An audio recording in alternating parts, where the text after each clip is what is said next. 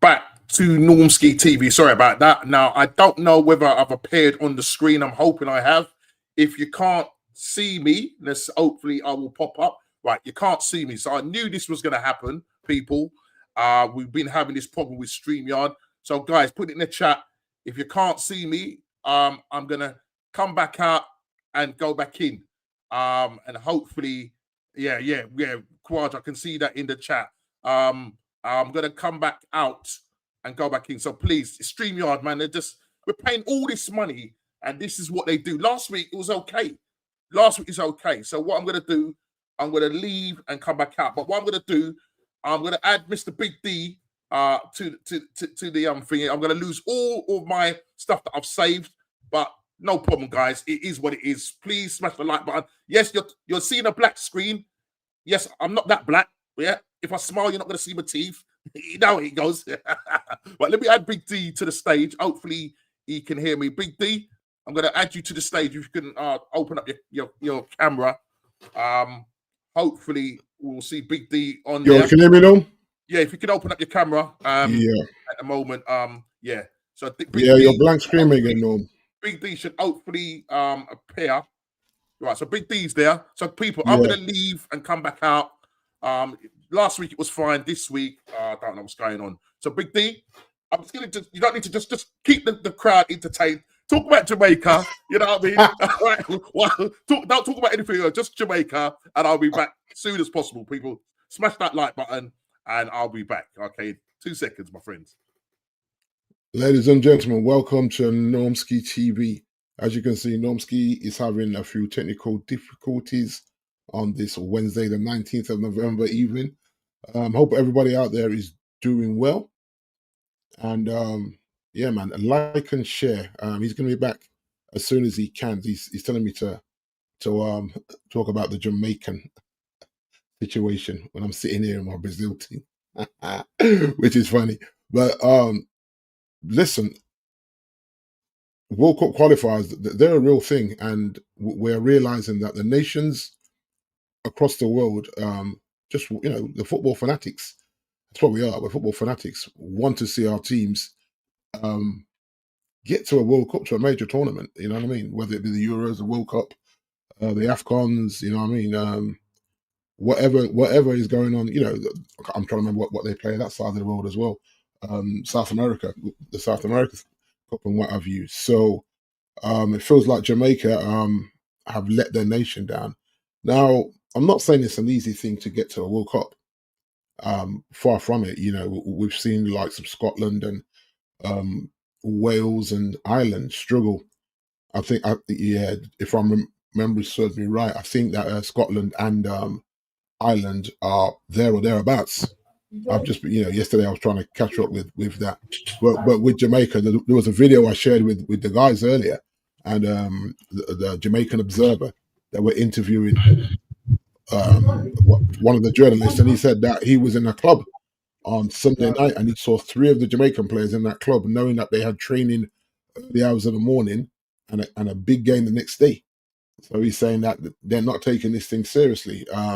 He did say that it didn't spot any players that come, that play over here in our league, whether it be in the Premier League or the Championship. But he said, like, the guys that are playing locally and maybe in the MLS, maybe that come home from Jamaica, just wilding out, knowing that they got one of the biggest games of their life. Because let's be honest, a nation like Jamaica is not gonna make the World Cup regular. So when you're this close and you mess up, then that's a really bad thing. They get put into this international pool for a playoff. I don't know how I don't know exactly how it works. Apparently they all get put into a pool, and then they'll just draw. Whoever you get drawn against, you'll play for a playoff until you make it. I think they're playing for, I think it's 2 spots. So all the teams that just missed out were playing for either 2 or 4 spots, something like that. I should have researched that. I didn't know Nomsky was going to ask me them thing there, you know what I mean? But yeah, it looks like that's what's going on there. So Jamaica is the birthplace of mine and Nomsky's parents, you know what I mean? So as a smaller nation around the world, it'd be good to just see them get to a World Cup, but we've got to take it Obviously, you can't be out there drinking Ray's nephew and all that, knowing that the next day you got to play a big game or you got to be at training. Because apparently, like this was like 2, 3 o'clock in the morning. He said these guys were in the club, and that makes Yeah, no man, I sense, saw that. man. Can you see me, guys? Can you see me? Yeah, Can you see? Yeah, you're back, Noms. You're back, bro. We're back, man. Jamaica is back, man. Where I said? You know what I mean? But Listen, I tried to find the game last night, bro. I couldn't find it, but thank God I didn't because boy, the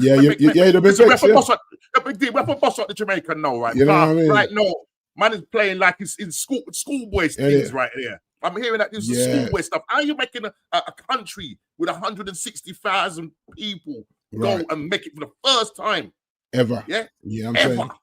Yeah. Listen. Just understand what's going on in Jamaica and all of that with the hurricane and all of that stuff. But come on, man. D, I heard you saying something about. I know somebody posted a thing about man was drinking. Yeah, that's but it's the thing. As bad as Jamaica's got mashed up, it's not all of Jamaica. So there's going to be certain parts that are still operating. You know what I mean? But you know what I mean. You have to read the room, man. You have to read the room. If you're an international player, whether it's apparently they used to complain about this with some of the cricket stars as well because they got that famous that celebrity thing just has them moving mad when you know you've got to stay disciplined. I don't know, it's a professional sport just like the cricket, so you got to take it seriously. I mean, it's the same with Nigeria. I mean, look, Nigeria, massive country get beaten by Congo and now missing out completely. Yeah. The federation not paying them their monies and just a whole lot of mess. I mean, I hear like Mason Greenwood, said he's going to forfeit his England passport, sign for Jamaica, but then he said, you know what, I've got second thoughts about this. You understand? Is it? And this is what is. Listen, I've got a theory why Steve McLaren resigned. It's not because they didn't make it straight away into the final because obviously they got to go into playoffs. Yeah, I just think his Jamaican accent wasn't that brilliant. I think that's what it was. Terrible. Plus, you always one love to everybody. That's what he said when he finished. One love to everybody. Get out of here, brother. Come on. Yeah, man. No, I'm trying to get out of here. Because even there was something I saw where they were just questioning his tactics, his use of the squad. He was. Listen, the way some people say he's worse than Arteta in terms of the defense. He was playing certain man in defense and wing back and all this madness. I mean, I haven't, to be honest, I'm for the Jamaica. You understand? No, just highlights I've seen, though. You know what I mean? Just the highlights and that. And then they're reporting from the ground. Because the guy from the Jamaican Observer, he was reporting after the game at the ground, and he was fuming. Listen, I could imagine if I was to get my brother-in-law in here, boy, he might have some few choice words. Yeah, you know what I mean? So he's a massive patriotic Jamaican. You understand? And I'm sure he would have sat up to watch that game last night. Disappointed, man. Yeah, I had to Google it. I think the last time they went to a World Cup was '98, no? Yeah. Long time ago, man. I mean, come on. You know what I mean? This is a chance to qualify straight away. Now, I don't know what teams they're going to be up against. Because so I'll have to. We'll just have to wait. And see, because I think it was like teams that were on that like 11, 12 points that didn't qualify. I think they go into this pool, this playoff pool. But I don't know exactly how the playoff pool works, and I'm going to assume maybe 2 to 4 teams might qualify from that playoff pool of all these teams around the world that just fell short. But there was no need for that. There was no, but they hit the crossbar a few times and just some sloppy schoolboy era football. You just think, nah, man, come on, man. Literally, it's like anything. It's like messing up and not getting to the Olympics. It's the same kind of thing. The World Cup comes around once every 4 years, even though they're trying to do it once every 2 years now. But once every 4 years, and you're right on the cusp of this for the nation. Well, look, they've got one more. What's the name of the cherry? But cherry. But does it rely on someone else though, Norms? Are the results, or they could? I don't know. I follow that side of it. To be honest, to be honest, I'm not going to lie. I don't follow international football. Obviously, England play because when it gets to the knockout stage, the finals, that's when I start to get interested. Because I look at England's group, man. I don't think they've dropped letting a goal. Do you know what I mean? It's like, it's like stat padding for these guys. You know it's not good, is it? Because you have to even question that because when you get to a World Cup, Norm, Mm. then you're playing teams from across the world that actually can play. I suppose the question is are they competitive enough now going into these That's games? the Because they haven't thing. really Yeah, played any really competitive. haven't been When they tested. have come up against really good teams, Yeah, do you know what I mean? 9 out of and 10. Listen, look under our Northgate, we like to call him. yeah, It's making the semi-final, the final. But yeah. it's just that whole thing about getting them over the line. You know what I mean? They need to, and I mean, there's this talk about expanding the World Cup from, I think is currently at 48, and they might want to go to 64 at some point. So See, I it's suppose the ridiculous, Norm. yeah, Because this what will happen. It will really diminish the quality of yeah, the World Cup. mm, Because you'll get some horrendous games, some 10-0 yeah. games and stuff. No one wants to see a team get beat 10-0 in a World Cup. That's like No, you shouldn't be there. yeah, So yeah, 48 is big enough because remember that goes on what's that go on for nearly a month? The World Cup. mm, By the time you have the group stages and knock, I don't even know what the format is. If they're going to change the format like the Champions League, maybe. But if they're keeping that format with all the group stages, and then that goes on. That's going to between the rest breaks between games and the commercial stuff, that's going on for a month. So you go from 48 to 60. Yeah, that'd be horrendous, mate. That yeah, you wouldn't watch it until the last week of the World Cup or the last 10 days, yeah, where you're probably then at the quarterfinal stage. You know what I mean? So I think they'd lose huge viewership if they make it any bigger than 48 teams. And I think 48 teams is a lot. Yes, it's the World Cup. We know it's all down to the end of the day. It's money. The cash money, man. The cash money. Yeah. But listen, already, bro. Look. I mean, look. It's an international break. It's almost coming to an end. We are coming up to the Premier League weekend. Lots of pivotal games this weekend. A lot to really digest this weekend. We're going to preview the weekend games coming up. As I rightly say, there are some pivotal games. But before I do that, we kind of obviously did ask you to sort of just keep the that's okay, bro. That's all good, man. Channel going whilst I exit and come back in.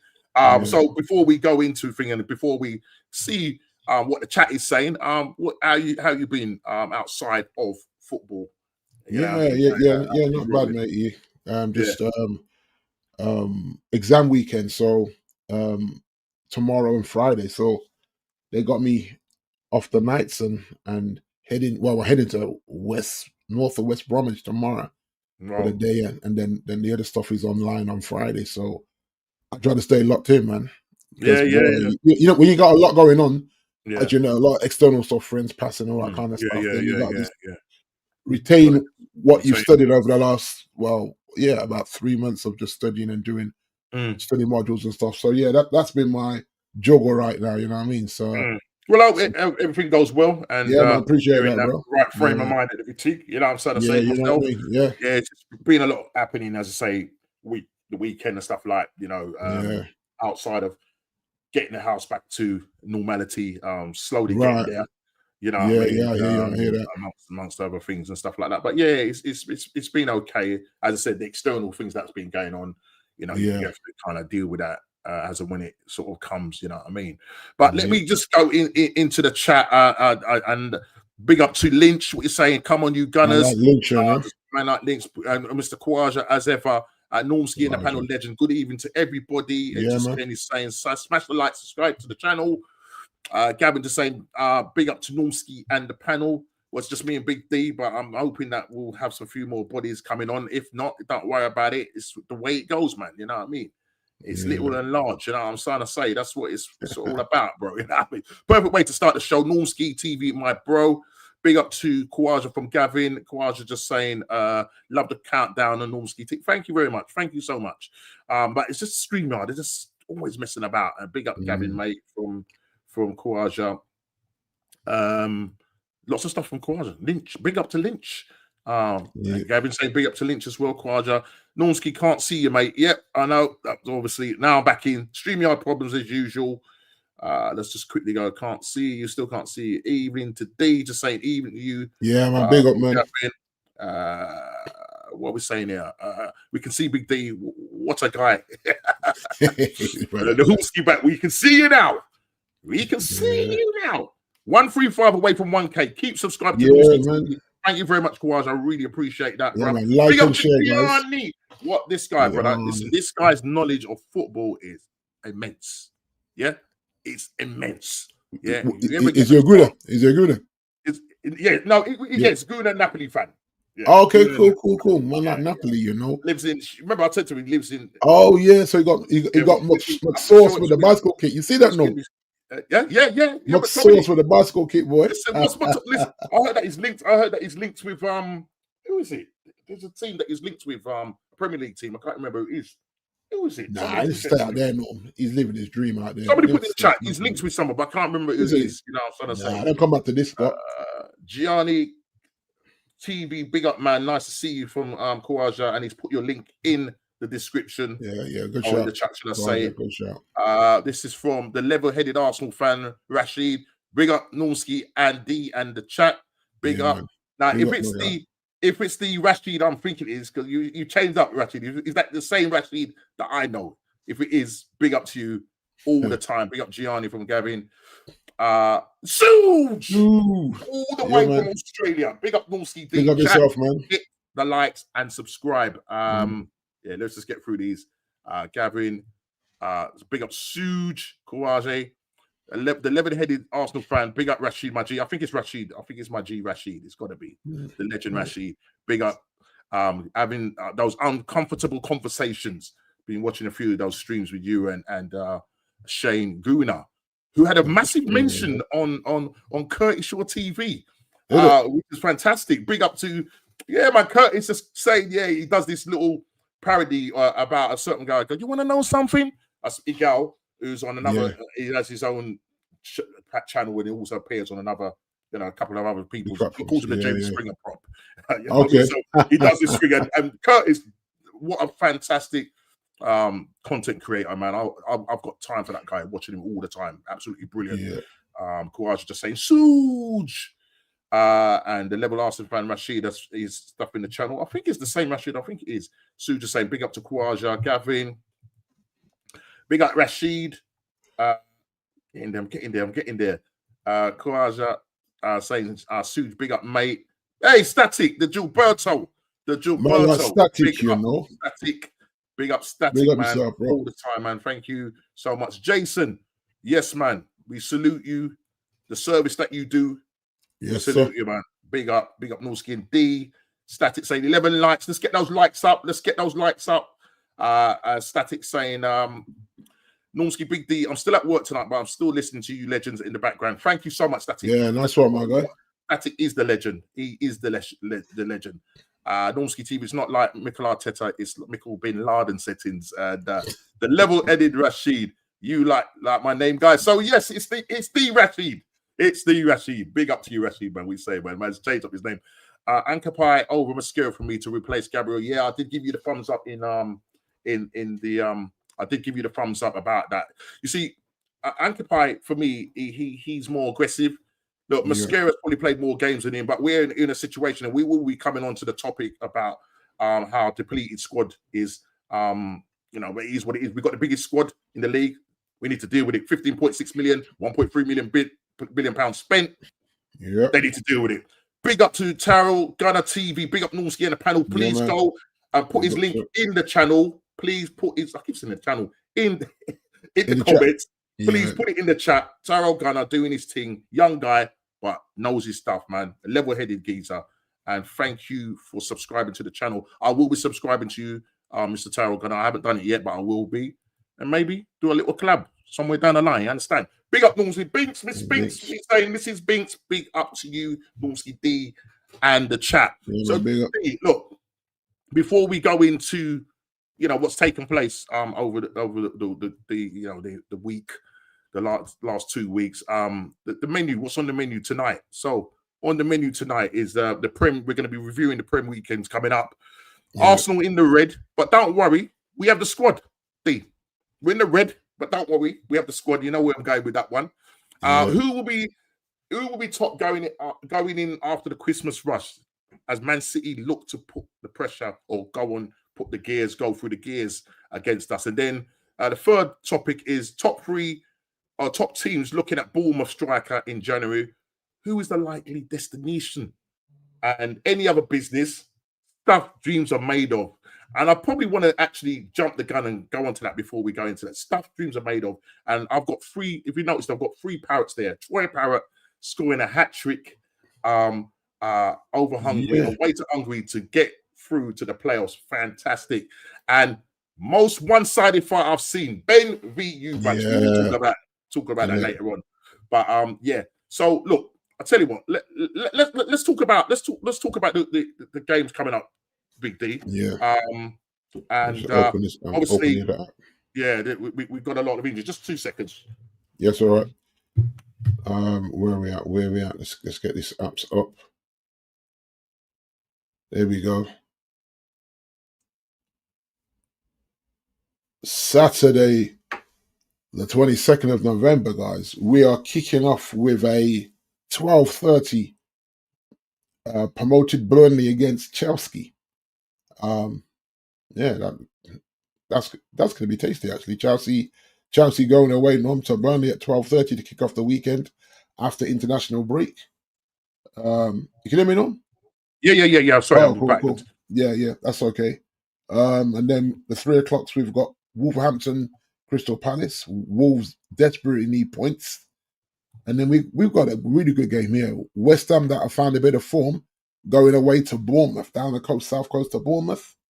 Yep. And then Brentford as well, heading down to the south coast to Brighton.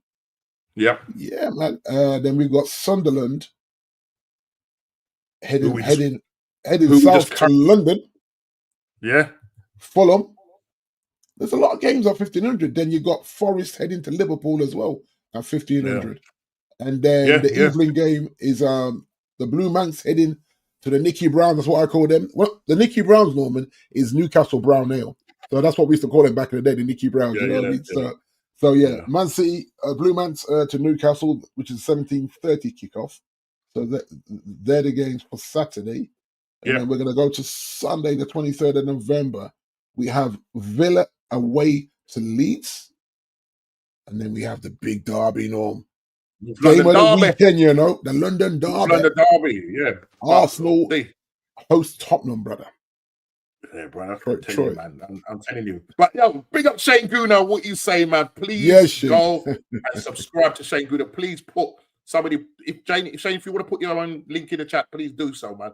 Big up to Trey. He's put the parrots in the chat. He's put the parrots. Troy Parrott scoring that hat trick. And mate, D, if you have not seen, this guy, right? And Views, big up to Views as well. I came home on Sunday from church after doing my stint with the volunteers and everything, feeding the homeless and that. And I saw. Let's talk about it. Let's talk about it before we go into that. I saw 3-2. I was like, am I seeing things? So I rang Shane, him up. I said, Shane, am I seeing things? He goes, no. He goes, go to 1 hour 59 minutes on my channel. Yeah. Then you'll see what I'm talking about, mate. Oh, bro, listen, these guys were crying their eyes out, mate. They were crying their eyes out, mate. This is what I'm saying. This is stuff things are made of, mate. To do that, you know, to score that goal in the last minute, a hat trick against Hungary. Obviously, they're getting to the playoffs, and they got some decent. I think they've got Czechoslovakia. Shane was sharing it on his channel this morning. Who they're going to be playing. So they've got some. You know, I think Wales are in there as well. They've got some reasonable teams in there that I feel like they could do something and go there. Listen, Scotland, you know, Mr. Kieran Tierney, you know, in the 95th minute or something, scoring pretty much the winner. And then, you know, they finish it off by winning it, 4-2. Fantastic. They're through in first time in how many fair play to Scotland, man. Wales slapped up Macedonia 7-1, so they're into the playoffs. So listen, fair play to these guys. Can you imagine all of those teams? You know, England, Wales, getting there because that has happened in years, no. Hasn't happened in years. I don't know if it's even. I don't think it's even ever happened where all 4 nations actually get to a World Cup. Yeah, I mean, if anything, Shane would be able to tell us this because he's historical. Or do we say 5 nations with Northern Ireland? No, because that's 4. I don't think it's 4. It's just 4, isn't it? Yeah. So England, Scotland, Wales. Troy Parrott just doing the business, and I mean the journey. And I like to talk about the journey, but they also get to the destination. You know, something that Arteta needs to learn. And the thing is, right? They went up against Portugal at home to Portugal, and the petulant Mr. Ronaldo gets sent off. Yeah, why is he still playing on? I know he's 40 years old. It's everything stems around him, doesn't it? Just It all seems to allowing be it. around. It He seems to be actually around hurts him. that team now, you know. He holds them back. Yeah, he's hurting them. He's He's holding hurting them. them He's back. hurting them back. Yeah, he's He's holding holding them them back. back. You know, and they beat Portugal 2-0. And they probably could have scored more goals. They beat them 2-0. Just literally, Yeah. you know, Ronaldo just needs to just pack up his bags now and leave. But he's saying the World Cup will be his last international before he fully Well, he's retires. actually So said that. yeah, He he said, said it. Yeah, he said it as if because his ego is so big. I'm surprised he let that come out of his mouth. You know what I'm saying? Yeah. So at that point now, because remember, Hungary had beaten. I'm sure Shane said they'd beaten Ireland. So to go to Hungary, and do that, do the business, yeah. And remember, I'm sure they were a goal down as well, and then they come back and to just win it the way they did with Troy Parrott, who Shane has got him up as the savior, and so he's got a picture of him. Like, you know the pictures of Jesus on the thingy. Yeah, with the long hair and stuff. You know the ones. But he had short hair, and he had the old cross on the heart and all of that. You know the typical pictures you see there. But look, big up to Ireland. I mean, fantastic. To do that, and I really do think they will. With the momentum that they've got, I think they will. Go get into a final. That'd be absolutely great to have. 4 teams of the Isles, so to speak. Exactly. And all of that getting into there. Let me just go for these. Gabriel, I was just saying, even Shane Binks, big up Scotland team. Great match last night. It was absolutely fantastic. Love the name Rashid. As going from Shane, Gavin, Binks the same. Even Shane at Shane Guna, and Shane just returning the response. Calvin. Yo, Norman, Big D, big up Calvin, man. Yeah, we were crossing swords on Sunday, mate. You know what I mean? Big up Norms indeed. Thank you, Shane, man. Big up, man. Yeah, good grief. North London, too stressed to call that one. Listen, look with the situation. Listen, I think we need to talk about it and address that. Now, D, I know we kind of sort of skimmed over the weekend games, but let's talk about Arsenal. Look, there's a situation here. And let me just share this. This gentleman here. This gentleman here. I got him in fantasy now. Massive. Listen, massive loss. Massive loss, right? Because he's going to be out from 1 to 2 months. Is that how bad it is? Yeah, 1 to 2 months. Yeah, brother, man. You never want to see a player injured, man. Not in the season. Well, this is it. But listen, D, the guy, right, has played in the Premier League every single game. 11 games. 11 games. And not one of those games has he been subbed off. He's played 990 minutes. So it was coming, wasn't it, no? Right. Hold the fort there. Hold the fort, my brother. Hold the fort. Hold the fort. It was coming. Yeah. That's the key word. It was coming. Regardless of when it was going to happen, it was coming. But, man is in the red. Yeah. The man is in the red zone. Yeah. Right? And because of that, people are starting to blame people.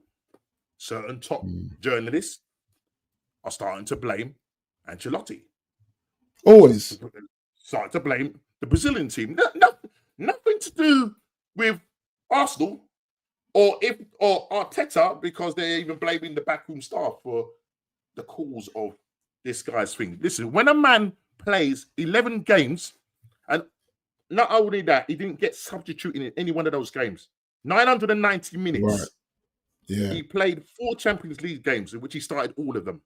But Norms, you remember you said last week, why did certain man need to start against I can't remember who you guys played in the Champions League. In the cup.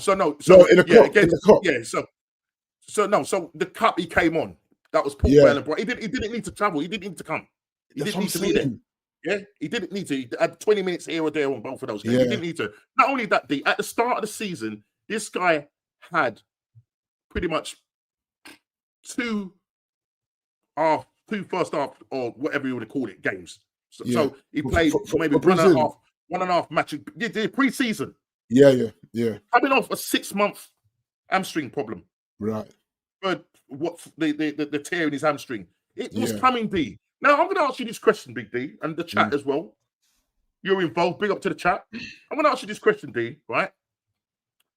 Okay. So it was said that he came to Brazil in the red. They knew that this guy was in the red, right? Right. And a lot of the top gooners say, "Why did it's Ancelotti's fault?" You know, I'm getting some ludicrous things. Ancelotti is getting revenge. The man didn't even play in the game when we beat Real Madrid, right? But these are the sort of things that these top gooners are chucking out right now, right? He didn't even play. But they're saying it's nothing to do with Arteta. Now the question is, Big D, I'm going to ask you this question, right? You said it was coming. I'm going to ask you this question. If we didn't have a international break, or if Gabriel didn't have a friendly, and our next game was the North London Derby, do you think Arteta was going to rest this guy? No. Exactly. Yeah. He ain't going to rest him. So regardless, regardless, he was gonna play. He's gonna play, yeah.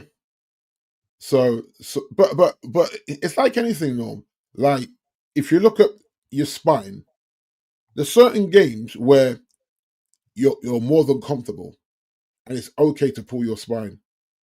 Yes, it makes the team a little bit disgruntled, but if you got that cushion, it doesn't matter because you're still bringing on quality.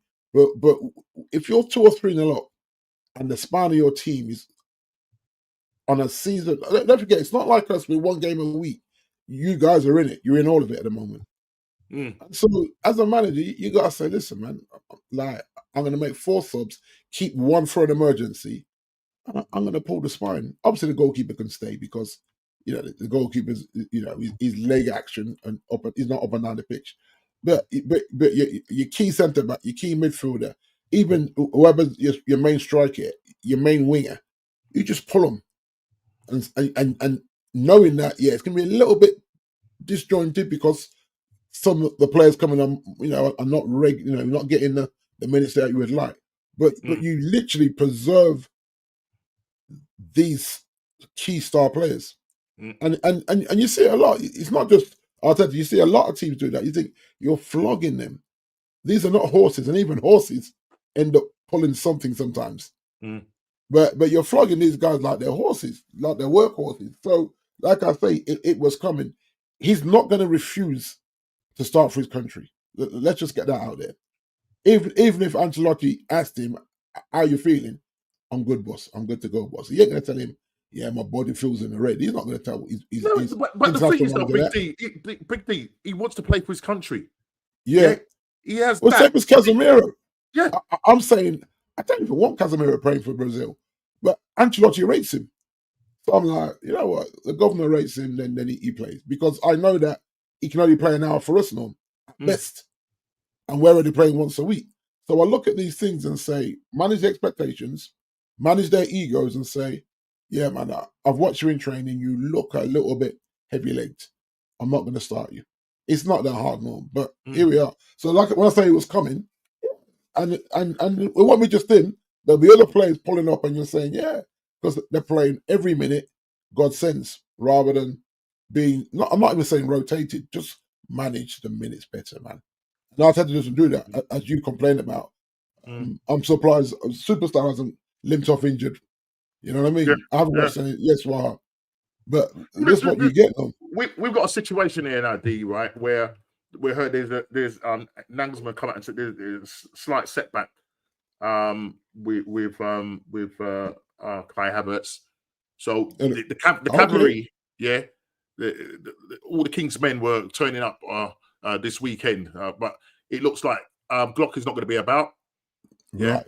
Kai Havertz is not going to be about. We're still waiting to hear on Gabriel Martinelli, on what's his name? What's the other guy? The Madueke. We're still waiting. He's still out as well. Yeah, we don't know. We just don't know. I mean, who's going to be fit for that weekend? But I'm just saying we've got a squad, so there should not be any moaning from any top gooners concerning this. Yeah, and to blame Ancelotti when he's turned up playing every minute of 11 games. Yeah, to blame Ancelotti is ridiculous. Come on, man, get out of here. Of course it is. course it is. You're not blaming my international manager fans, Arsenal fans. You're not doing it. We ain't having that. And the thing is, I mean, I don't know for your team, Dean. I mean, the people that have gone away on international duty, have they all come back all injury free? I ain't even checked. Have you heard? I don't think I've heard any. No, I haven't heard any. Just Cisco. So shame on the United fans that said he was faking it to get out the game because I think he's gone for. Oh, that was weeks. before the Sesko guy was out. Yeah, but I'm saying that United fans were saying he was faking that. Now he's out for God knows how long. Yeah, I think it's about 4 weeks. Yeah. I think it's about 4 weeks. Yeah, I agree, Norman. Arteta could have blocked Gabriel in an international game like what Fergie did for... Yeah, but it's not the same now, Calv. I hear what you're saying. It's not the same. I mean, these guys, if they're being called up, they have the... it's up to them. Do you know what I'm saying? They want to play for their countries. Do you know what I'm saying? So... Plus, the fact is that... Yeah, but what I'm trying to say, D, the fact is that they've realised that he's in the red when he's turned up. So that's not down to Brazil. Yeah, but that's not down to Brazil. They would have managed that time and said, okay, whatever, because he said I want to play. So you got to play. Yeah. He's training by himself. That doesn't that send alarm bells? Yeah. But the narrative is it's got nothing to do with Arteta. Matty, Shane, we was going over some stats of the minutes that our players are playing. And then you compare it to other Premier League clubs, like for argument's sake, Man City. Some of them are playing 150 more minutes than some of our players. And we're only using our first, 13 players? Yeah, he's not rotating the squad like you would like. He's not rotating. He's not rotating the squad. Yeah. What do you expect? That's why Man City, you wonder why Man City, for the 4 years that they've won the Premier League in a row, why is it that they're able to find the energy? Because Pep rotates his side. Yeah. Classic. My guy could have got a hat-trick. Haaland took him off. He always pulls him. Yeah, he always pulls him. Yeah, but what I'm trying to say, he knows why. He knows why. Because you come the business end of the season, these guys are going to be fresh. We would have run out of steam. Yeah, plus you know as well that Haaland might overextend himself to get that hat-trick. So he but you know what? Though? I think Shane pulled this up. He hardly does any running compared to Glock. Look at Glock. Glock has never been injured. Arteta was asked a question. It's a mystery. No, it's not a mystery. It's you. You're the mystery why all of these players are getting muscle injuries. Yes, there are some impact injuries in there. Yeah. But it's no coincidence that he's come from the Portuguese league and come here. And this is his first time. Same with Madueke. He said he's never trained so hard in training. And you're getting journalists saying, oh, no, they don't train that intensity. So why did Madueke bring it up then? Yeah, he's not bringing it up for the fun of it. It's like in this world, in my National League basketball days, sometimes we just come and shoot around. Some of the guys would want a scrummage, which is like having a actual basketball game. And the coach was like, no, we got back-to-back games at the weekend. Just come in, you can do your stretching. Some of them will go on the speed bike or whatever. You just be doing some layups, some jump shots. You're not, even though the competitiveness in us wanted you just to go into a scrummage game. And he'd block it. He'd be like, no, because someone's going to step on someone's ankle and then you're done for the weekend. And the moment we go into a scrummage, someone will get injured. Whether they bust a finger or something, and the coach would just be fuming because he said, see, this is why I didn't want to do this because you guys are over-competitive. It's the same in football. You get, like, you have to remember, they got everything at their disposal when they come to a training ground. So not every day needs to be kicking a football. That's the truth. These are professional. These are at the highest level of the sport. No. So and then the overplaying. I mean, we spoke about it a few weeks ago because you had the concerns like, why are these guys starting? We don't need them for this game. You said it. D, at the start of the season, the streams that I've been on with Shane has been on other streams and whatnot, we've said it. We're not doom and gloom merchants. We've seen it and we've called it. Yeah, like it's coming. If we can see it and we're not professional coaches and we can see that one of these guys, Shane called it on the OG show last week, Monday. Right. Yeah. He played a clip. He said at least one of these players that go on the international will come back. Will go there on the red and come back injured. Right. And, oh my gosh. Oh my gosh. So done. Yeah, yeah. And David Ornstein, yeah, confirmed that. Yeah, in his tweet by saying Arsenal continue to assess Gabriel amid concerns the 27-year-old could miss 1 to 2 months through injuries sustained on international duty. Initial indications suggest that hashtag AFC centre back set for spell out as tests go on. He's going to be a massive miss because he's a leader. Talisman is a leader. He scores you goals. He gets you assists. He's a great defender. Yeah, but don't worry, guys. We've got the squad. It shouldn't be a problem. People shouldn't be, you know what I mean, like, oh my God, you know what I mean, this is it, capitulation. Because you told us at the start of the season. But how can we have a squad D, right, of players, and he doesn't use them? He doesn't use them. He doesn't use them. Yeah. Look how many players we got out.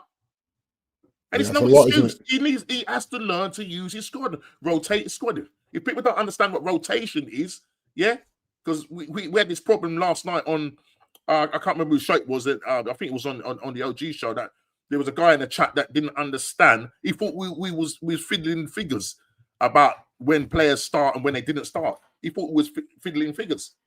Right. Yeah. You know what I mean? We weren't. These are the facts. These are figures from the transfer market where we see players starting or coming off. And you look at Raya, it's all green. He's starting every single game. Yeah. But something you said a few weeks back when we spoke about now or never for Arteta, maybe this is the results of that, where he knows he has to deliver something this season. That's it. He's just sticking with the core week after week after week after week. Yeah. And we're already in game week 12, and you've lost. You've lost that synergy of them two. Them two just read each other as centre backs. You don't even have to overthink them two at centre backs along with Raya. Now you put someone else in. Now it's like, okay, do I go? Do you go? You stay. Like before, that conversation doesn't happen. Almost do it naturally. The look says, yeah, I got him. And so this is your fear that he knows you've got to deliver. So now he's pushing a racehorse too far. That's right. And he doesn't trust. 2 months without him. Yeah. I'm not saying 2 months without him is a train crash, but 2 months without him, what he delivers on a weekly basis, that could be a problem. It will impact. It will impact at some point. It will impact. Yeah. And then the next to go down could be Declan Rice. Ooh. You know what I mean? A lot of these players are in the red, D. They're in the red. Look, Wenger used to see this all the time with players that he had. He did it with Thierry Henry. He came, he said, no, man. He goes, sorry, I've got to take it out. Yeah. Henry wasn't happy about it. But it's about having, these players, in terms of when you look at their injuries, or look at their playing time and everything, he has to look at that and go, right, I need to manage this properly, right? Yeah. And not flog them. Because as you rightly said, he's under a lot of pressure. And because of that, he said, well, I don't really know. I can't trust these other guys. I don't know if they're going to be able to get me over the line. So I'm going to literally get every last minute out of these players. And you said it last week, no? He said the blue shark is coming. You said it last week on the show. He said the blue shark is coming. And I said, Murada, I hear you. Big up to Sam, if you can pronounce your name, Sam Lewis. I don't know if this is the first time I've seen you in the chat. Big up to you. Subscribe to the channel if you're new. Big up, North. Big fan of what you, Lee, Jez, Matty, Northside, Shane, and the rest of the logical gunners have to say when it comes to the standards of your club. Thank you so much, man. Smash that like button and subscribe to the channel. Binks is saying Arteta's money on Moreno to score a set piece against Spurs rather than Gabriel. Well, this is it. We're going back to IT Solutions, Binks. It's IT Solutions settings. You know what I'm saying? Yeah, it's IT Solutions. Sam is saying, my question is, why has Arteta learned to make subs early on in the games to give players a rest? Switching the formation to complement certain player styles in order to win matches. Listen, Sam, you should take over the club, mate, because you're talking some sense there, bro. You understand? You're talking some sense there. This guy just don't understand when it comes to that. Yeah, but we want to be blaming the backroom staff or whatever. The training is intense. We probably run more than any other team in the Premier League. The energy that we have to put in. Yeah. You know what I'm trying to say? So for me, there's no excuses now, D. We've spent the money. He's paid 15.6 million, and so you're gonna have to make it work. We've got this massive North London derby this weekend. You've got, you know, Man City going away to Newcastle on a Saturday evening at 7:30, a 5:30 kickoff. Now, look, Newcastle have not been in the best of shape, and at the end of the day, look, you know, can they do something against them? We don't know. Draw is probably the best result they could get, but the way Man City right now are purring, Haaland scoring like nobody's business. Scoring for fun, they've got a quality squad. They're not even they're not even starting Rodri. The man is on the bench. You've got Nico Gonzalez. You've got Nico Gonzalez doing that spot. You know, you've got Reinders. You got Foden starting to hit forward. You got Doku. Yeah, because he's playing Foden in the 10 now, isn't he? Yeah. So the thing is, if they go and beat Newcastle, they're going to be 1 point behind us, D. Yeah. We're going to go into the North London derby with key players missing, under pressure. And we know what happens when Arteta's under pressure. He can't deal with pressure. As Curtis Shaw would say, pressure must pipe. Understand? Pressure must pipe. Yeah. So for me, it's massive. Look, I'm not saying we're not going to beat Tottenham, but it's not going to be easy. I think they've got probably the best away record at the moment, and we're playing against the Thomas Frank, who normally does well against Arteta. So, you know, in terms of our attacking players, it looks like it's going to be Moreno playing up front. And then in terms of the defense now, it's probably going to be Mosquera that's going to actually come in and replace Gabriel. Do you know what I mean? Yeah. Calafiori, we heard that he had a hip problem, but he's going to be patched up. He's going to be patched up for that game. You know, I'd probably want to see Miles Lewis-Skelly there. Reason why he's a Haaland boy. He knows Arsenal, North London derby. I get it. Is Timber fit now? Yeah, Timber's fit. I heard that he had a cut. During that game, he picked up a nasty cut, but I don't think it's going to actually stop him from actually playing those games. Right. Let me just quickly go for some more of the chat. Gabriel and Declan Rice more crucial than Odegaard. Absolutely. Oh yeah, definitely. Absolutely. Shane just saying big up to Sam. Yeah. Arteta uses to learn. Simple as that. That's what it is, Shane. That's exactly what it is, mate. Exactly what it is, man. But no, Shane, there's learning and there's understanding what you learnt. And sometimes you think, does he not understand that these problems will recur every season if you constantly just stick with the same way you do things? And it's like anything. When you watch a manager not trust a squad, especially when it's players that he's bought as well, it's just like, bro, you bought these players. Make it work. I don't get it. And in any other industry, you get fired. If you spend company money and you don't deliver on the project, whatever the project may be, and it same has to be for football. That's what I was saying there. City only in first gear. We're on the 3-point turn. Yeah, exactly, Beats. Exactly. Sam saying, I've been very critical of the manager Pep at my club since we won 3 Premier League trophies. When it came to not making early sub now, he's shown that he has changed. Why? Because of last season. That's it. Because he learns. And not only that, he's a top-class manager.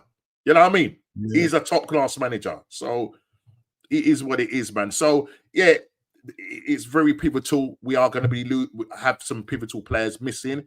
Yeah. I still expect us to win. I did say 2-0. I'm going to stick with 2-0. At home. We're at home. You know, Tottenham haven't beaten us there for a little while. A draw is not good enough. A draw will just feel like a loss. A draw is not good enough. And I'm not going to lie, people in the chat, I actually, this morning, PTSD, woke up in a cold sweat. Because Tottenham beat us 2-0. No lie. I'm not lying, bros. I'm going to confession is good for the soul. That's funny, Yeah. This is what happens. This is what this club and Arteta does to you. Yeah. This is what it does to you, bro. You know what I mean? So it is what it is. But yeah, just so listen, that's Arsenal in a nutshell. We've got maybe one, possibly 2 players coming back, but other than that, you know, you've got players dropping like flies. And we're going into a very busy Christmas period, D. Yeah. We're going into a very Christmas period. And this kind of sort of segues nicely. onto our second point, which is who will be going top after Christmas rush as Man City look to go through the gears. And I mean, what do you make of Man City and what you've seen of them? And is it a case, and people in the chat, let me know, after Christmas, who will be top? Who will be top? Because it's a very, very busy period. Games are going to be coming thick and fast. Our next international break is not going to be until March. Till March, So it's all football now. Like normal. I meant to text you to say to get up your next 5 games. Just so we can see. I've just got my next 5 games up. Is that for Man United or just? No, just for Arsenal.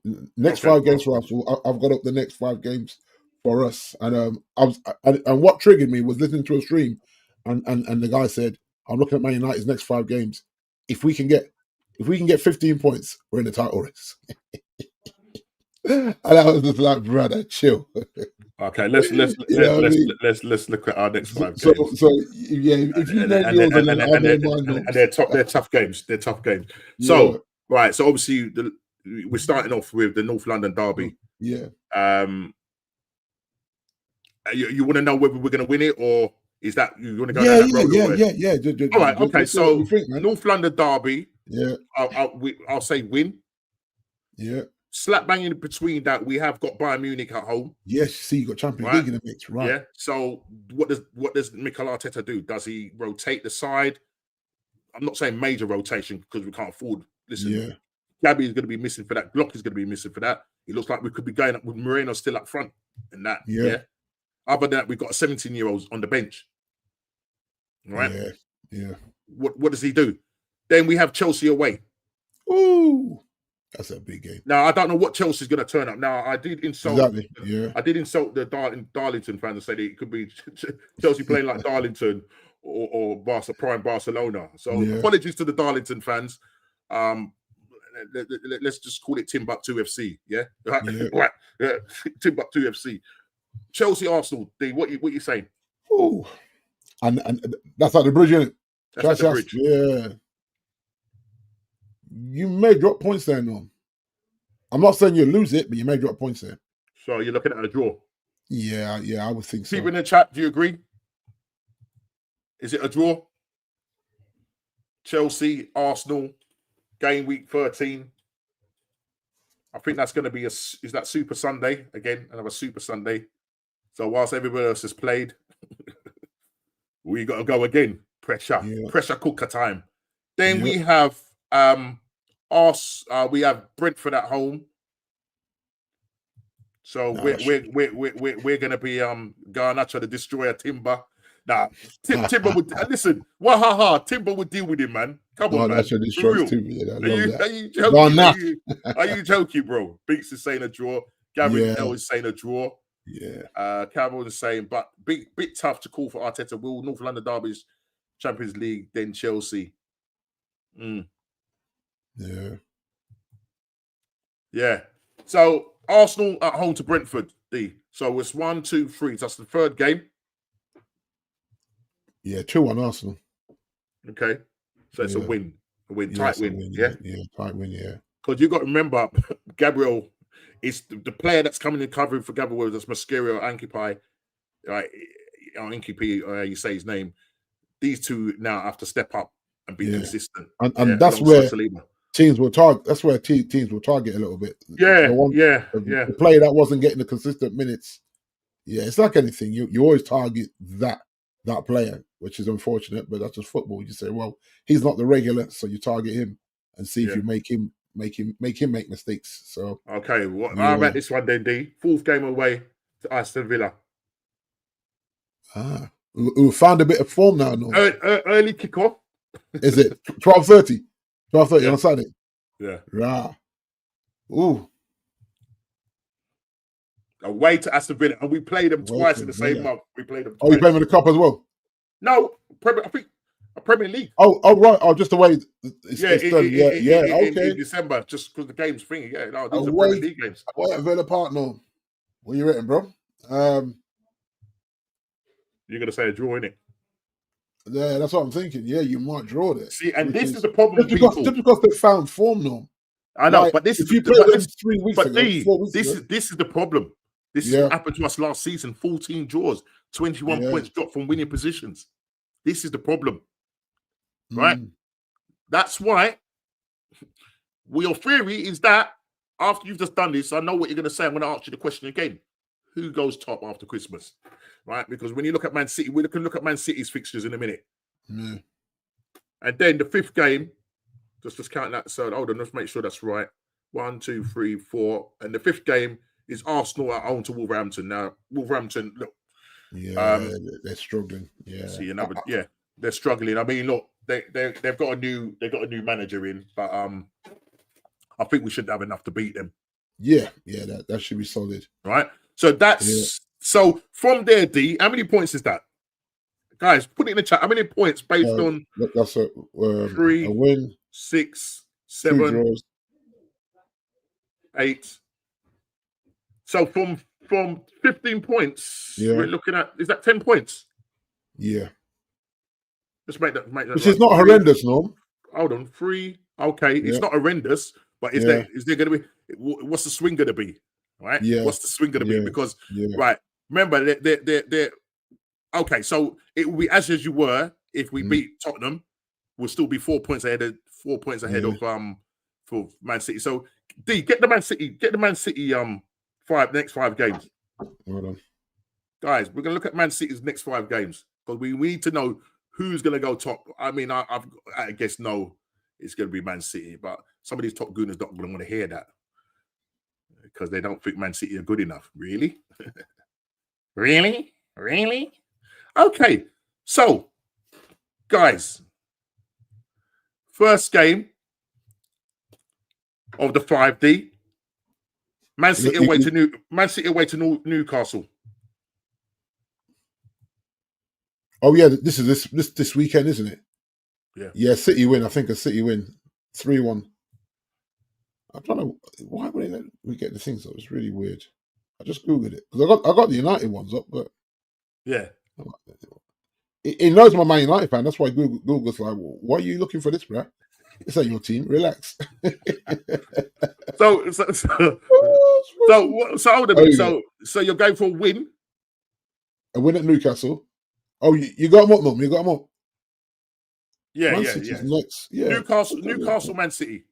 D. What did you say? 3-1. To Man City. Yeah. Okay. Right. Man City leads. I don't need to know the score. It's just win or whatever. Oh, City win. Okay, that's 6 points. Fulham, Man City. City win again. 9 points. I'm trying to think. They're going to draw somewhere, no? Where? No. D. All right, go. Let's go back. Hold on a second. Let me just respond to. Oh my God! Hold on 2 seconds.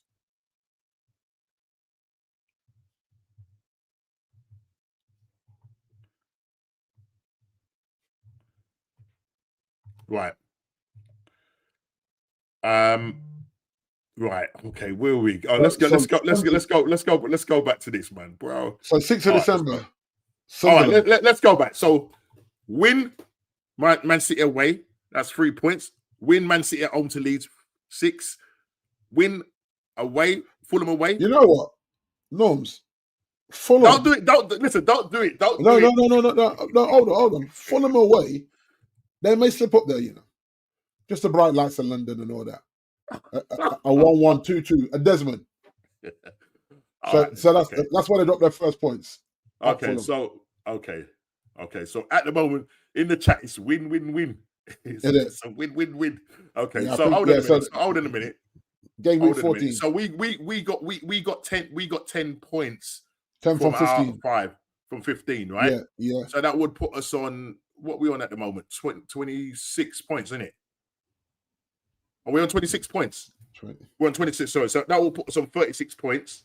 Yeah. Okay. Right.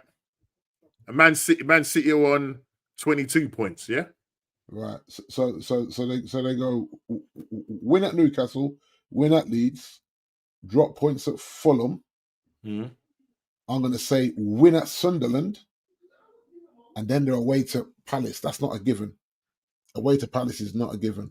Okay. I'm liking what you're saying, D. So that could be another drop point there. So go to Newcastle and beat them. Go to Leeds and beat them. Yeah, 6. Drop points at Fulham. 7. Beat Sunderland.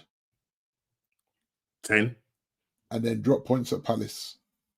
What? Yeah, but what the points are dropping? Draw. Yeah. So it's 11 points. 11. Yeah, 11 out of 15. So that will put us on. They'll probably be 3 points behind us. Yeah, thereabouts. Yeah. Do you agree with that, chat? Because do you agree with Big D? Because Big D? You have to remember, there's always distractions in that December Christmas season. So there's going to be a game that they're not quite up for. We've seen this with City. We've seen this with all the big teams. So yeah. I think going to London, I just see them going to London twice. They go to London twice, and I just think going to Fulham and Palace, they could drop points there. I think they're comfortable against Sunderland at home. They're comfortable against Leeds at home. So Sam is saying Leeds win for City, but knowing Pep, anything is possible. Newcastle United draw or loss. Sam, you're a City supporter. You're a City fan, supporter. Yeah, a City fan. Yeah. Oh, you're a City fan. I think he is. Yeah. Okay. Yeah, just what he said earlier. So you're City. Yeah. Okay. Cool. So you're saying he said Fulham win. Okay. He's saying lost to Palace. I'm saying draw at Palace. He's saying they lose at Palace. Okay. Draw or lose at Sunderland. See, Sunderland are playing well. So Palace, based on what your prediction, D, we'll still be 3 points. Yeah, in front. Yeah, after these next 5. Calvin's saying City could still take over the group. So Calvin, it's how we're going to handle the pressure, mate. But Calvin's fancying himself in a derby. Then, any Calvin, you fancy yourself in a derby, brother. So, D, just before your team, Man United, look, you're still unbeaten. Yeah. So hold on, I'm gonna get up our next. So this is our next 5. You're how many points do you want? You're on currently. Oh gosh, we're on lad. Open it. Where is it? I'm jumping through things here now. Give me a second. So we are currently on 18 points with a +1 goal difference in 7th place. Okay. So we're just above Liverpool, believe it or not, which is wild, isn't it? When you're not above Liverpool. Anyway, Norms. Okay, where are we? Here we go. I saved it into pictures. So this is our next 5. We are home to Everton on Monday Night Football coming up. Right, you're going for a win. Has to be a win here. And then we go on midday Sunday, which is really rubbish time to start. Yes, sis. Big up yourself, my girl. And then we go to hold on. What was that? What was the second game? We go to Palace on Sunday, the 30th of November. All right, how do you get on there? Kickoff. I think we lose. Palace always seem to do a number on us. Yeah. And I'm going to have my nephew calling me the whole Sunday because he's a Palace fan, isn't it? I think we mess up there. I don't know why I think that. And maybe I'm being harsh on them because he's going to play Cunha in the false 9. And Cunha don't look right in the false 9. Just because he don't want to play Kobe Minor. You know what I mean? And Xerxes, he don't want to play Xerxes. So he's going to play Cunha in that false 9. And then we're home to West Ham. And that has to be a win, though. We have. So this is. Hold on, Big D. We have, because I want to talk to this man about the listen, man. Listen, let's bring in the legend that he is. Yeah. Curtis Shaw called him out for the right reason. Shane, what you say, bro? You say, brother. We're glad to grace us with your presence, man. You know what I mean? Once again, Shane makes the listen. He's going to be doing an invincible kind of intermittent. It's called the intermittent invincible. Yeah. But big up to you, man. Big up to you every time. And what a shout out from Curtis Shaw, man. I was watching. I was like, Shane, it's called your name out in my head. I'm thinking, but the fact that he watches your content, right, and he actually specifically picked on the parody of The Simpsons. Yeah. No, that was mad because he was one of the first people that I watched really, and before I did the channel, I emailed him and he emailed back and everything like that, which he doesn't have to do. You know what I mean? So he's a top lad, Curtis. Curtis, a top lad, man. Yeah, no, it was nice. It was nice. Yeah, no, he's brilliant. One of my best content creators besides you, right? So you know what I mean? But yeah, absolutely brilliant. But we're just kind of just going through, Shane, the fixtures, and we're talking about the Christmas spirit. So I will come back to you just quickly on the Christmas thing, just before Big D. So D, the first game was who was that at home? So home to Everton. Right, so that's a win. I'm saying a win. Away to Palace, loss. I think we come unstuck there. Yeah. Home to West Ham, we win. 6 points. Away to Wolves, we win. 9. Home to Bournemouth. They've beat us at home, God knows how many times now. Draw. I'm going to say a draw, bro. Yeah. So that's 10 points. Yeah, the fans be fuming though with that. So that will take you to 28. 28, yeah. Which is, and that will put you nicely in the top four. Yeah, and then on the 21st, which is the 6th game, we're away to Villa on the 21st of December, just for Christmas. Okay. Do you think you'll get top? Do you think you'll get top 4? He has to know. No, that's not what I asked you. You politician. Well, that's the thing. I know it's very political, isn't it? I think with the one game a week, I don't see how he gets away with it. Now he'll say, "Oh, I've lost Sesko," but he didn't. He wasn't playing Sesko half the time anyway. So I'm not having that. Forget the Sesko thing, because I wanted Sesko to get a run of games, and he wasn't really getting a good run of games. So go back to your false line. You don't want to start Xerxes. So that's it. Top 4 or bust for me.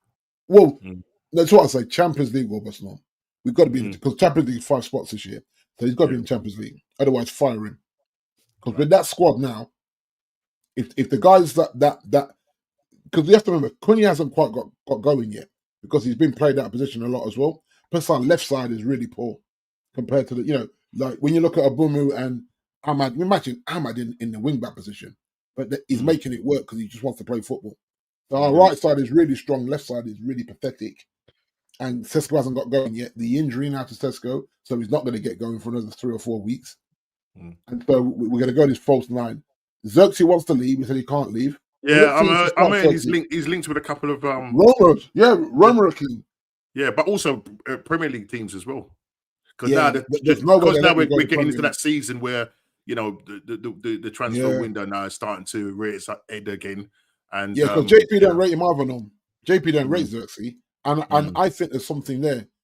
That you know what I mean, like because 2 things could happen. You could play Cunha in the 10, push Bruno. Sorry, Cunha in the false line. Sorry, Bruno gets his wish and gets back in the left-sided 10 alongside Mbomu, and then do you gamble and say, open your arms and say, here we go, son. Welcome home, and give give Kobe Mainoo a look. Because Kobe wants gone as well. Yeah, I know. He wants gone as well. I heard that the talks are on hold again. They've put it back on hold. Yeah, he's not going to sign a contract. The contract he's not going to sign it. No. Not with this manager doing what he's doing. So you don't fancy. This is the problem. The owners like Xerxes and Mainoo, and the coach doesn't. Okay. So that's the problem. So it's owners against coach. So that's why they're saying, no, these 2 are not going anywhere. These 2 are future. And the coach is saying, well, not while I'm the coach. So it's a weird one. So there's his options that Cunha in the false line, Bruno comes out of midfield, even though I think him and Kaz have kind of figured it out now. I think they've done all right. But you and then I don't want to see Ogate there.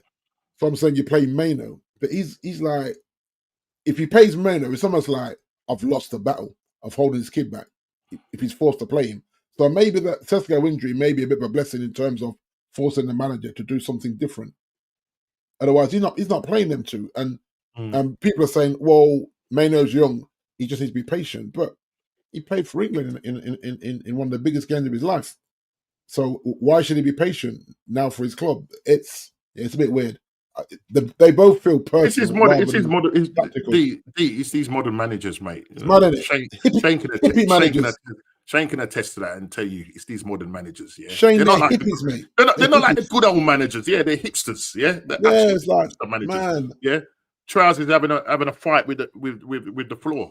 and let's not forget as well, Norm, with those games I've just said. In theory, we need the 15 points because you have to remember, two of our best players are after AFCON. And then our right side is completely destroyed. You lose Mbeumo and Ahmad on the right, but maybe a month. See. So, who do you play then? No, you look at my squad. Who do you put at that wing back, and who do you play in the left-sided 10? I'm lost. Yeah, it's going to be a problem. Yeah, it's got a problem. And so you see, when you isolate players, Norm, like what he's done, and then you say, okay, well, my main guys ain't here now. Yeah, you got to perform. How's that going to work out for him? Not being funny. How's it going to work out for him? Yeah. You know what? There is some parallels there, but a different road that we take. And our road is that he doesn't trust players.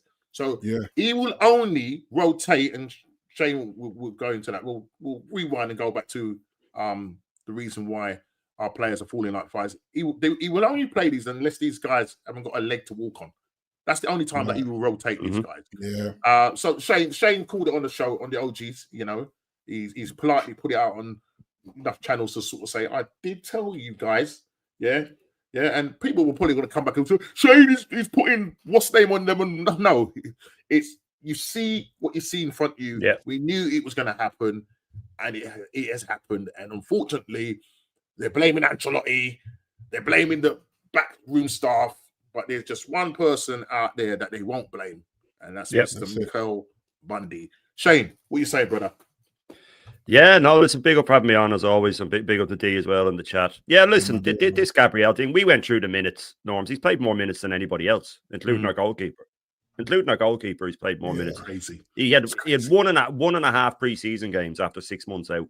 The last game and a half of preseason, and then he started every game in the league. Do you know what the question that I want to put to these guys, and I want to put to Tom Canton and all these is, can they honestly tell us that if the international break was 2 weeks away now, and we hadn't had this international break, and we had Tottenham when Brazil played Senegal, is he going to sit there with a straight face and tell me that Arteta would have looked at Gabriel and said, "Oh, he's in the red. I don't think I'll risk him." Exactly. There's no way on earth. He has never once in his life done that. Not once. If they can find one game where Arteta's gone, well, he's not quite fit, then I'd love to know it, because unless they're fully injured, they play. So this is where the whole argument falls on his face. And the funny thing is that Brazil had a plan in place to take him off after 60 minutes. So even they had more of a duty of care than our manager. Yeah. So they can sit there. But this is the same guy, because I know Canton would lie and say, because he told me that if AC Milan hired a manager who was there for 6 years and won one cup and spent 1.3 billion, that they wouldn't sack him. He told me that with a straight face. AC Milan wouldn't sack a manager after 5 years. But when you look at it from the point of view of he's played more minutes, he's played every single, counting the 2 League Cup games, he came off the bench and both with him. He's played every single which is ridiculous, isn't it, really? It's outrageous. It's outrageous. And people said, well, he's only coming on for half an hour. Okay, but he has to travel. He has to warm up. He has to play. He has to warm down. It's all minutes. It's all minutes. It's like when if you have a heavy work week, like when I used to work in the kitchens and you'd be doing like a 50, 60-hour week, there might be a 6th day of the week where they go, I might need you on call. And then you'd come in for 2 hours and then they go, it's not busy. You can go home, and you're still wrecked because you've been waiting all day to go in. And they don't want to admit these things. So they word it differently. Like Canton said, oh, well, he rotated Gabriel out of 2 of the Champions League games. No, he went off injured, mate. He went off injured. He didn't get rotated out. He went off injured. And then played the next game. And if they want to talk about Brazil taking a chance on him, Arteta admitted in the press conference the day before the Crystal Palace game that Gabriel hadn't trained once all week, and he played him for 90 minutes. Now, that's worse to me than playing someone who's tired, because you're cold. So this guy... I've heard these guys say he hasn't injured anyone this season. None of them are his fault. They all come back to him. Like I said, we went through the minutes. They're outrageous what he's doing to these players. And, well, we have the squad now. And this is the thing, and I'll finish on this. I say this all the time. What these guys don't get, like the rotation isn't just about protecting your first team players. It's making sure that when the so-called backup players come in, that they've played a good few minutes and they're used to the team, that they're not coming in cold. What we do is we injure a player, then we throw someone in who's not fit, and then play them for the next 10 games in a row, full 90 minutes, and then they fall down injured. And then he rushes the guy back that was injured in the first place. He comes back. He was doing that. He was tossing up last season between Timber and Ben White. Which one of you can walk? Well, I can't admit. Can you? That's no, right. Well, you're playing that. You know, so he does this all the time. So there's no duty of care. There never has been. And then when we look at the minutes, Norms, we were saying this last night, like look at the minutes that they play. And someone said, oh, well, Haaland's played 1,100 minutes or something. Yeah, but he unless he's getting the ball, he doesn't move. Yeah, that's his job. We see that with these. Yeah. But he just walks around. He's not closing people down all the time. Yeah, he just strolls around, and then he's gone. He does a few little sprints where our players are back and forth, back and forth, back and forth. So it's double the amount when you think of the energy burned. But I mean, you watch him, you compare him to Glock. Yeah. And look how much Glock runs. Literally. I mean, we're watching him with an eye, so it's not rocket science to see that this guy has run himself into the ground. Yeah. And then Mikel has to come out and say, it's a mystery. It's a mystery. He's picked up this muscle. What do you mean it's a mystery? You know, he's gaslighting the fans, you know, with that foolishness. He's just gaslighting the fans. Of course he is. It was a time bomb. That injury was a time bomb waiting to happen. We saw what we saw. Yeah. You get journalists turning around saying that, Arsenal are the unluckiest team when it comes to injuries. There's no such thing, Norms. There's no such thing. The thing is, it was going to happen, D. When you're in the red, it's like if I'm just trying to use something has to give. Something has to give. If you get, it's like getting a chair that's got a crack in it, right? And you know, at some point the leg is going to break, right? But you keep coming, and Arteta comes and sits on it. That's what he does until it breaks, and then he goes, "It's a mystery." No, but Arteta, if what he would have done, Shay, what he would have done, he would have looked and goes, "Listen, that chair leg looks like it's going to crack. Can you get a bit of gaffer tape?" Yeah, exactly. That's what it is. Hold on 2 seconds. Keep talking because where is it? My laptop was about to die. So keep talking. No way, bro. It's Shane. You see this so often with managers, and then the way he thinks that the fans don't understand football. You know what I mean? They're just fans. Like I really understand football. So it was sitting in the press conference. I've seen Ruben do it. And I'm like, nah, bro, stop saying this nonsense. We know exactly what we see, whether they're in person or we watch it in the game. Obviously, when you go to a game, you actually see more than you imagine in terms of all the off-the-ball stuff as well. But when you see the highlights, you can see a player, hands on his knees. You're like, he's gassed. Get him out of there. But nope, leave him in there until he gets a silly booking or he gets injured. And you say, well, he was gassed 20 minutes ago after the arm up, yet you're still pushing. And these are the things that frustrate our fan bases when managers constantly just like pretend that we're idiots when it comes to understanding the game of football and the physical part of it. You can't keep going like this without just taking a game. And when I say rest the player, you don't even want him coming to the stadium, no, guys. You just say, stay home and watch it with your missus. Like, I don't even want to see you anywhere in the stadium. Have a night off. But like you said, it'll give me 20 minutes in a cup game which you're winning. Why? There's no need for it. It's stupid. It's stupid. Yeah, it really is. But the thing is, D, is as well as that when they do say this stuff in the press conference, sadly, about 80% of people believe them. They take it as a given. Yeah, take it as a given. Because when I was on with Tom, and Normsky knows, I said a load of stuff about this manager, about how inept he is and all the stuff. It was when I called out his lies that they really flew off the handle. They were furious when I said that there's no way he'd lie. And I named 3 or 4 barefaced lies he's told. Lies, yeah. They flew off the handle. That's when they really lost it, because it's worse finding out you've been fooled than just admitting. Like, it's worse admitting that you've been fooled. It's easier just to pretend that you're not being fooled, because these people look at him, and Arteta, he gets it backed up. Like when he said that we had the most points in the last 3 years, Sky Sports and all confirmed it. It's not true. Oh yeah. It's not true. They all backed him up, and then you see that the Sky Sports guy, I can't remember which one it was that did it. he had an interview with Arteta the next day, a one-on-one interview. So I mean, convenient, isn't it? it's very much unbelievable. Yeah.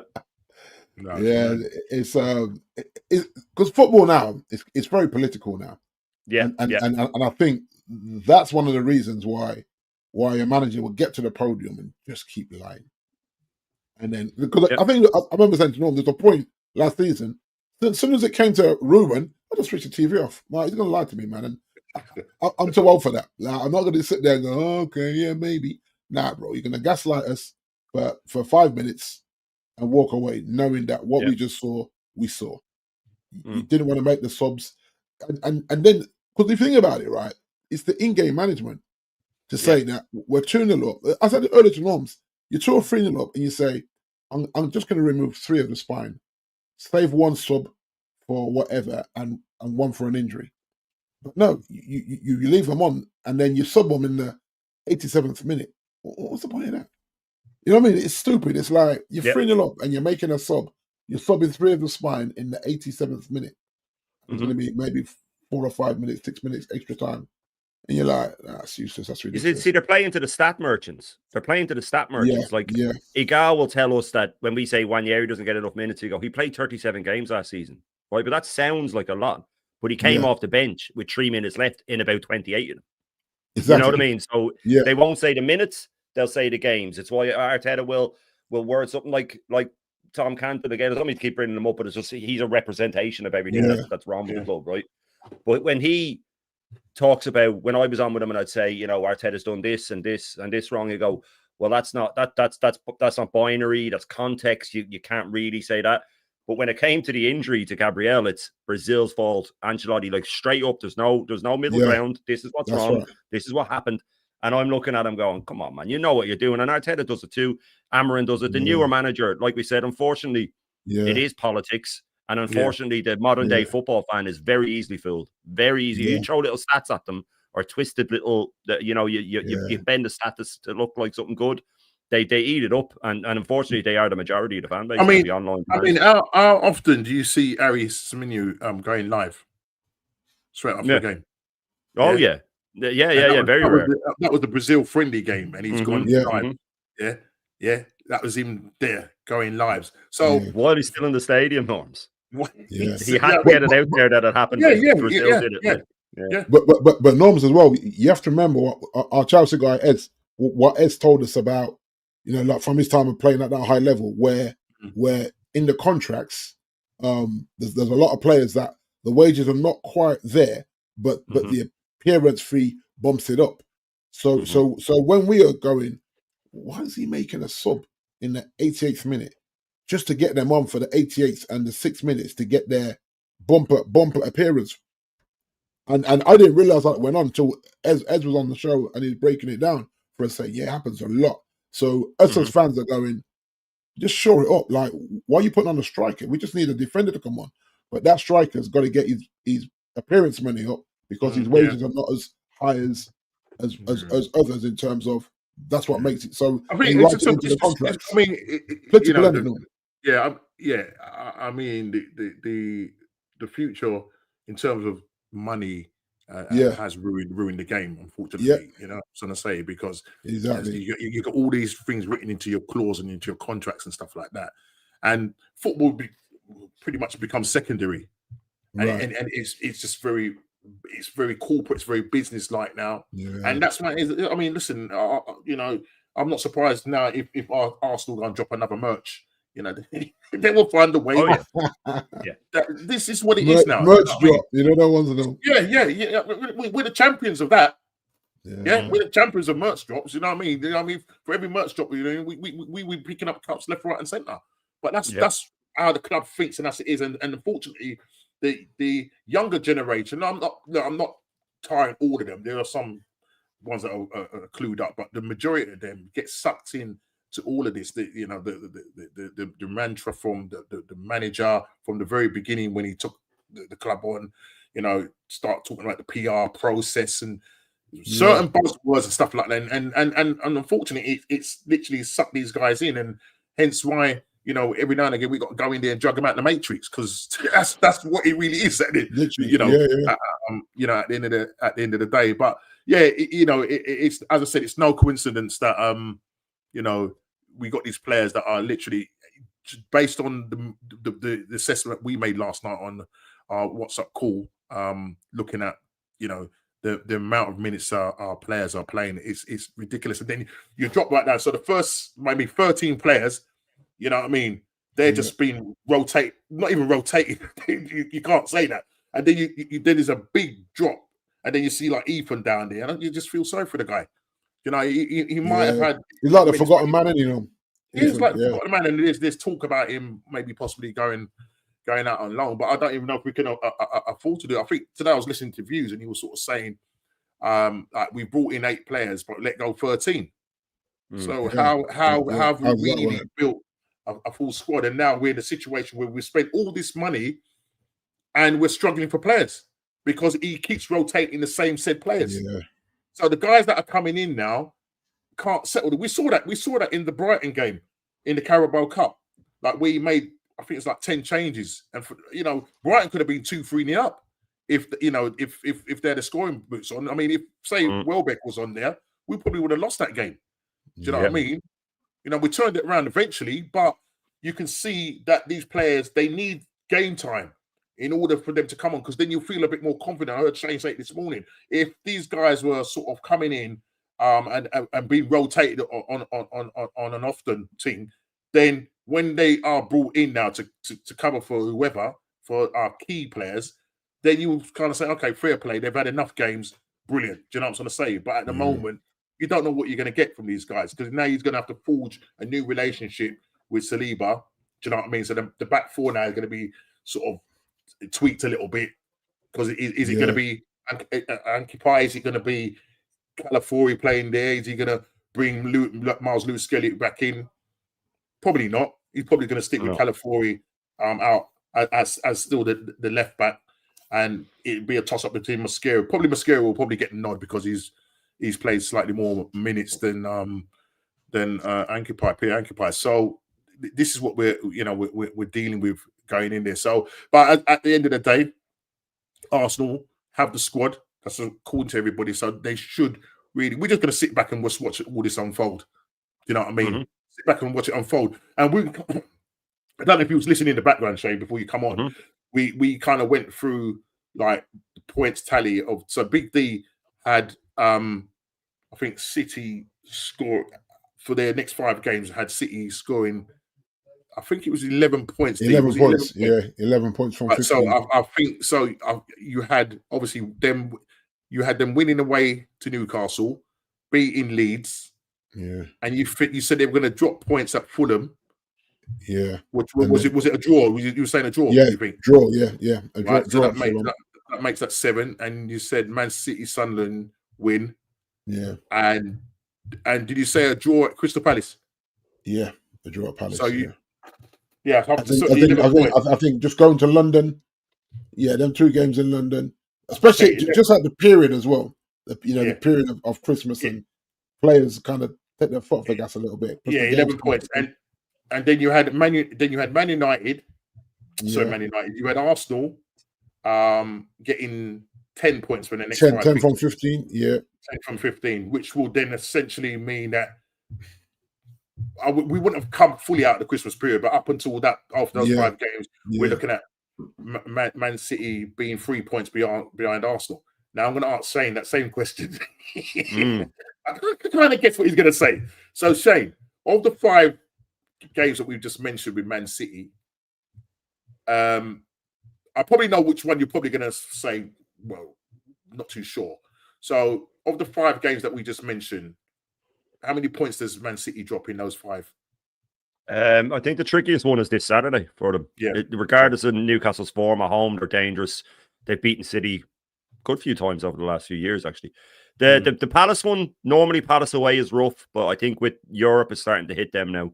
I think Europe is starting to take it out their legs a bit, coming into the Christmas month and stuff like that. I think they will take a couple of beatings here and there. I still think with Glasner, they'll find ways. They look leggy in the last game, the 0-0. They looked really leggy in that game. Both teams looked like they were playing for a draw. But I think Palace will be one of those teams this year that they could lose 2 in a row and then go and smash Liverpool or smash Arsenal or something like that. They just have it in them. But I think if City beat Newcastle, they'll win all 5. I really do. I think if they beat Newcastle, they're going to win all 5. Their players are coming back. We went through their minutes norms. You know, their main centre back has played 160 minutes less than Gabriel already. Less than Gabriel, yeah. You know what I mean? And 2 games less, and that's their main centre back. You know, and that's not counting the other lads that have barely played and are in and out of the team. Guardiola, who played a load of minutes last season, hasn't played as many this season because he's managing his minutes. And I saw someone say today, I think it was that positive Dan lad that he snickered at the idea of rotating on the second game of the season. Sorry, mate, that's when you start rotating is on the second. You rotate every game. That's how rotation works. Otherwise, you're just resting or you're taking someone out because they're going to get injured. So I think City are, if they beat Newcastle, now it all, for me, it depends. If they lose to Newcastle, then I'd change my view on the next 4 games. I might go, I might draw that. Sure. I think if they go there and get a win, that's them on a run then. And I just think they're going to claw us back. Would you agree then? Right. So, Shay, would you agree for Arsenal's next 5 games, which takes us 1, 2, 3, 4, 5? We finish with Wolverhampton as our last game of the 5. So, starting with Tottenham this weekend at home, I think we'll scrape 1-0. I think we'll scrape 1-0. I'm not overly confident, but I think we'll scrape 1-0. Right.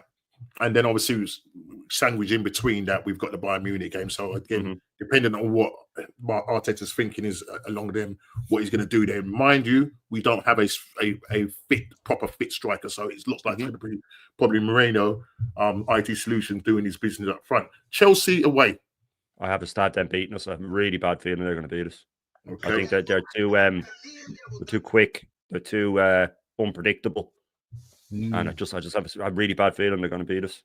Okay, so that gives us 3 points. Arsenal, Brentford. Brentford is at home, isn't it? Yeah, 3rd game, yeah. Yeah, no, I think we'll beat them at home. So that gives us 6 points. Okay, here we go. 4th game, Aston Villa away. Loss again. Okay. And lastly, Arsenal at home to Wolverhampton. Oh, yeah, we'll win that. We'll win that. We see, do you know what the thing is with these predictions? If we were to lose to Tottenham, then you start looking at the other ones. Oh, well, we might actually lose that because you know the confidence. But from here, I do, and that scares me actually. Is that because I just think Chelsea have us and Villa away. We know what happens there. We rarely get anything there. Very rare. I know we won there last year. We won there, and actually the year before. Now that I'm saying that.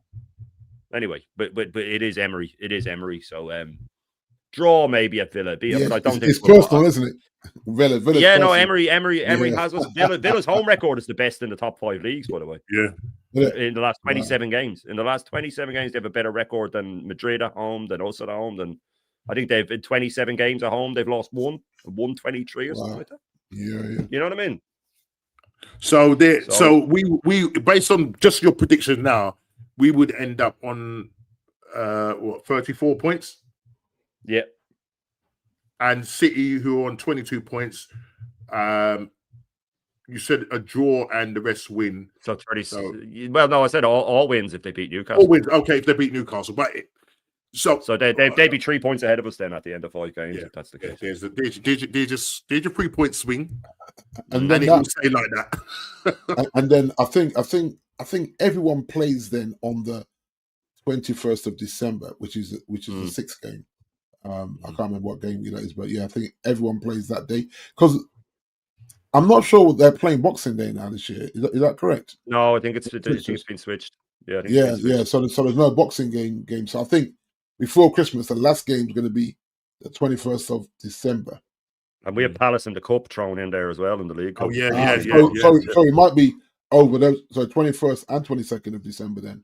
We're in and around. I think there's a 3-day gap between Palace. Yeah, and then there's no Boxing Day football, and then I think there's a game before New Year's Day, isn't there? There's games before New Year's Day.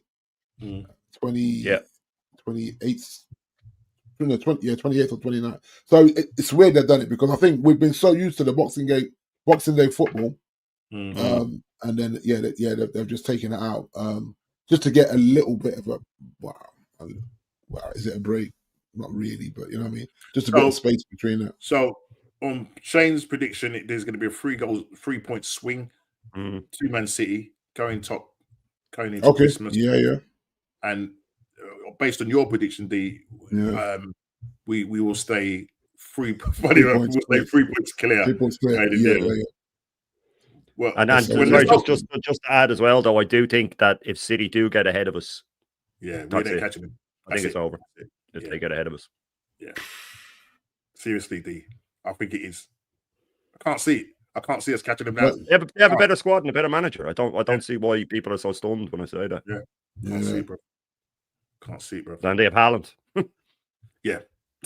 It's something we said, Shane, me and Norms a few weeks ago. Where do they go if he takes a knock? Haaland, I don't think it's going to blow them as much as people think. Will really affect them. Of course it will. But people are saying that about Gabriel with us. Oh, well, look, this is why we signed the squad. Why is everybody giving out? But he's the best centre-back in the world on current form. Exactly. So they can say that's not going to affect us. But they still have Marmouche. They still have Doku's hit form. Pep is well able to switch those tactics that they don't depend on a forward anymore. He'd do that the very next game. They've done it for years. Yeah, because Marmouche was balling out last season, by the way, as well. So, you know what I mean?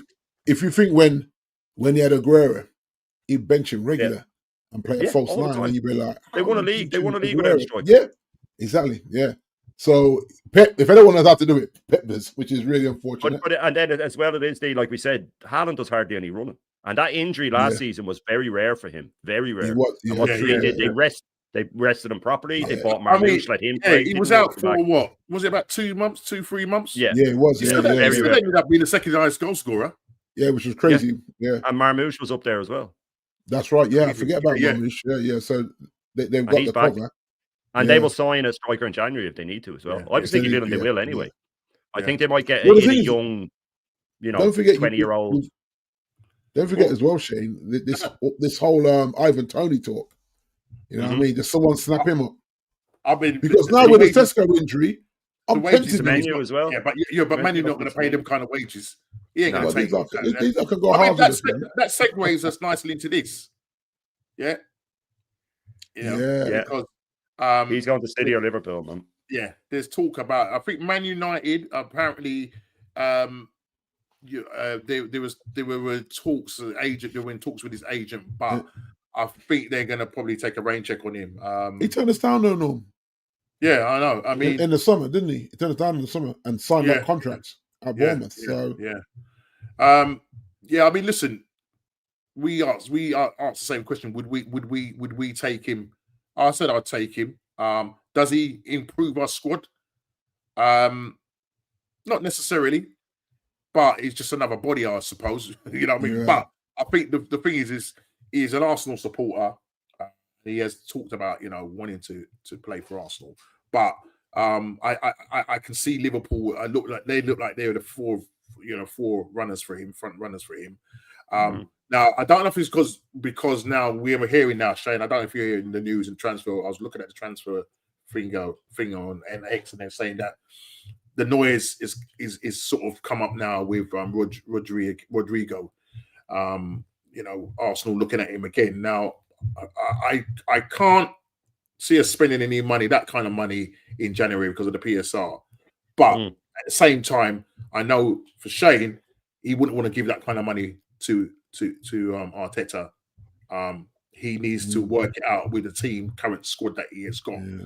So he's linked with, and I did ask the question that is the likely destination for this guy. I think Liverpool are the favourites because he can play in multiple positions.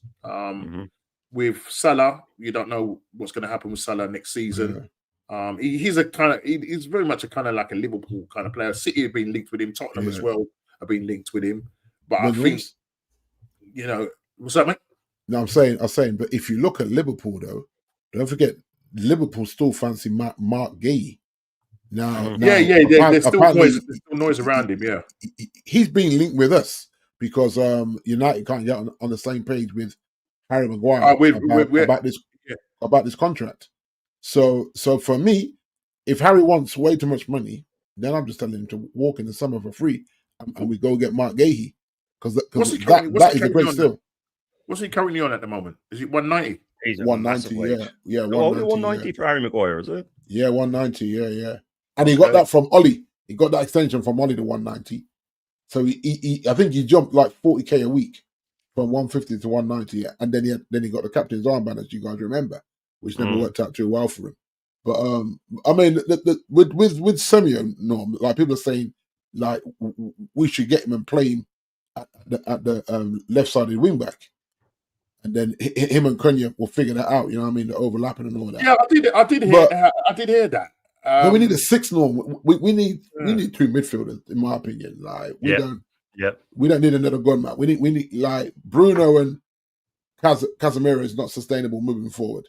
You know what I mean? So I would like the money spent on 2 solid 6s, which, you know, Elliot Anderson, whoever's out there. You know, we spoke about this 3 weeks ago. But there's been rumors about him. But like I say, once a man turns me down twice, I ain't going back. Yeah, brother. You had your chance. You said no, allow it. You know what I mean? So I think that counts us out. But Mark Gay, I don't think Liverpool go for him and Mark Gay. That's because you have to remember that squad's already loaded in money spent. Yeah. And then if you do that, they got to deliver. If they go and get Gay and this guy, then there's no hiding place for Liverpool in terms of money. I mean, the thing is, he's got his 65 million buyout clause for January, but that lowers again in the summer. I mean, I think probably clubs will just unless hold out. Yeah, unless clubs are really, really, really desperate. Or unless unless the kid wants to make some money to say thank you to Bournemouth and pushes for. And he wants to play Champions League. You know what I mean? Yeah. Apparently, he's been really professional though. He said whatever the club want to do, he'll do. He hasn't pushed anything. Yeah. He hasn't. He's been really, really good about it. Apparently. Yeah, he's not going to. Now, I haven't said that if someone like City offers less than the release clause and Bournemouth say no, he might start acting a bit differently if the bid is actually it's true. Yeah. But I do think either City or Liverpool will get him. Yeah. But the thing is, guys, as well, if he goes to those two, he's going to be a rotating thing. Mm-hmm. Same rotating player. But if he came to United, then I actually think he would start at left wing back. Would he want to play wing back though? This is it. I don't know That's if he wants the problem, to play isn't wing back. That's the problem because he is a winger. But if you look, and I think it was the Man City guy earlier on, and he was putting in the chat about our formations, and he was making some suggestions, and he was completely right. We could go back to a 4-4-2 and be playing way better football, but Ruben ain't having it. Or he does a 3-5-2 where someone like this kid could be in that 5-man midfield as a really wide, and then a Boomer, you let a Boomer play like a Mo Salah, like completely wide rather than sat in inverted.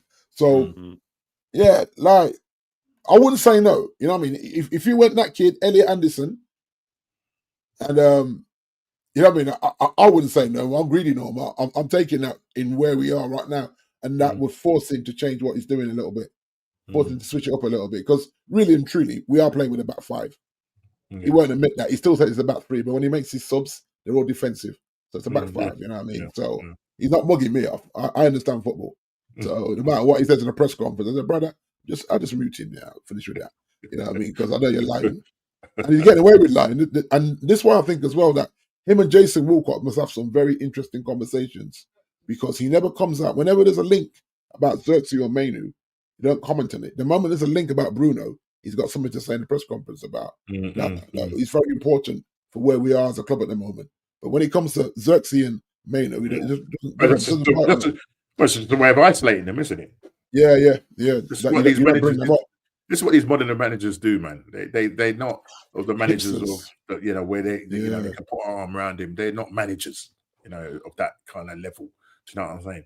But we're gonna come down to any other business, and we kind of talked about it at the very start. But now that my man is on with us, I just want him to just share with my platform stuff dreams are made of, Shane. That's what I'm gonna open with, yeah.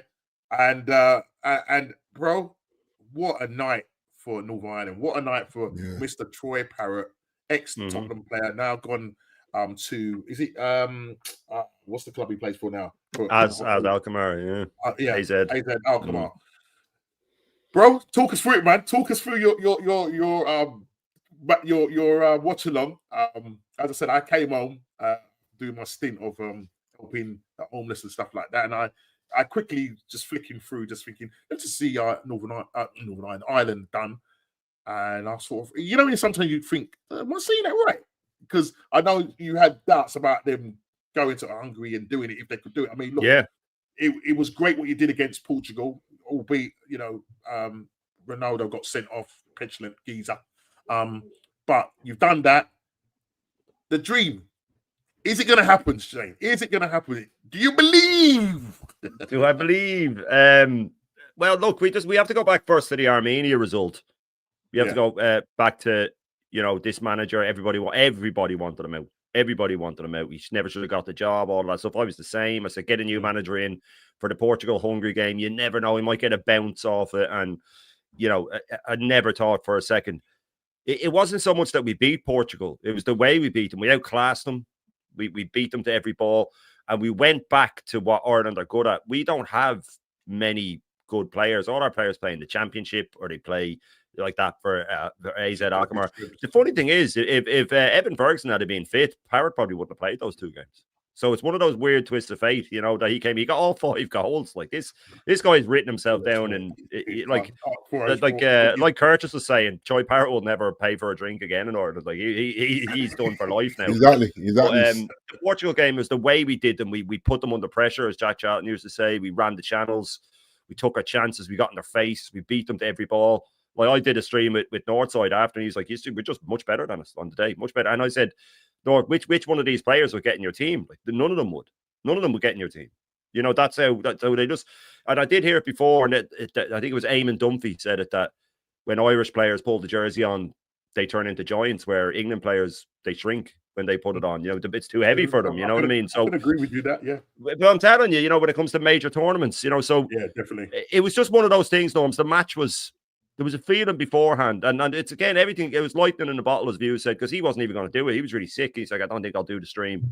And then literally the last minute, he said, I'll do it.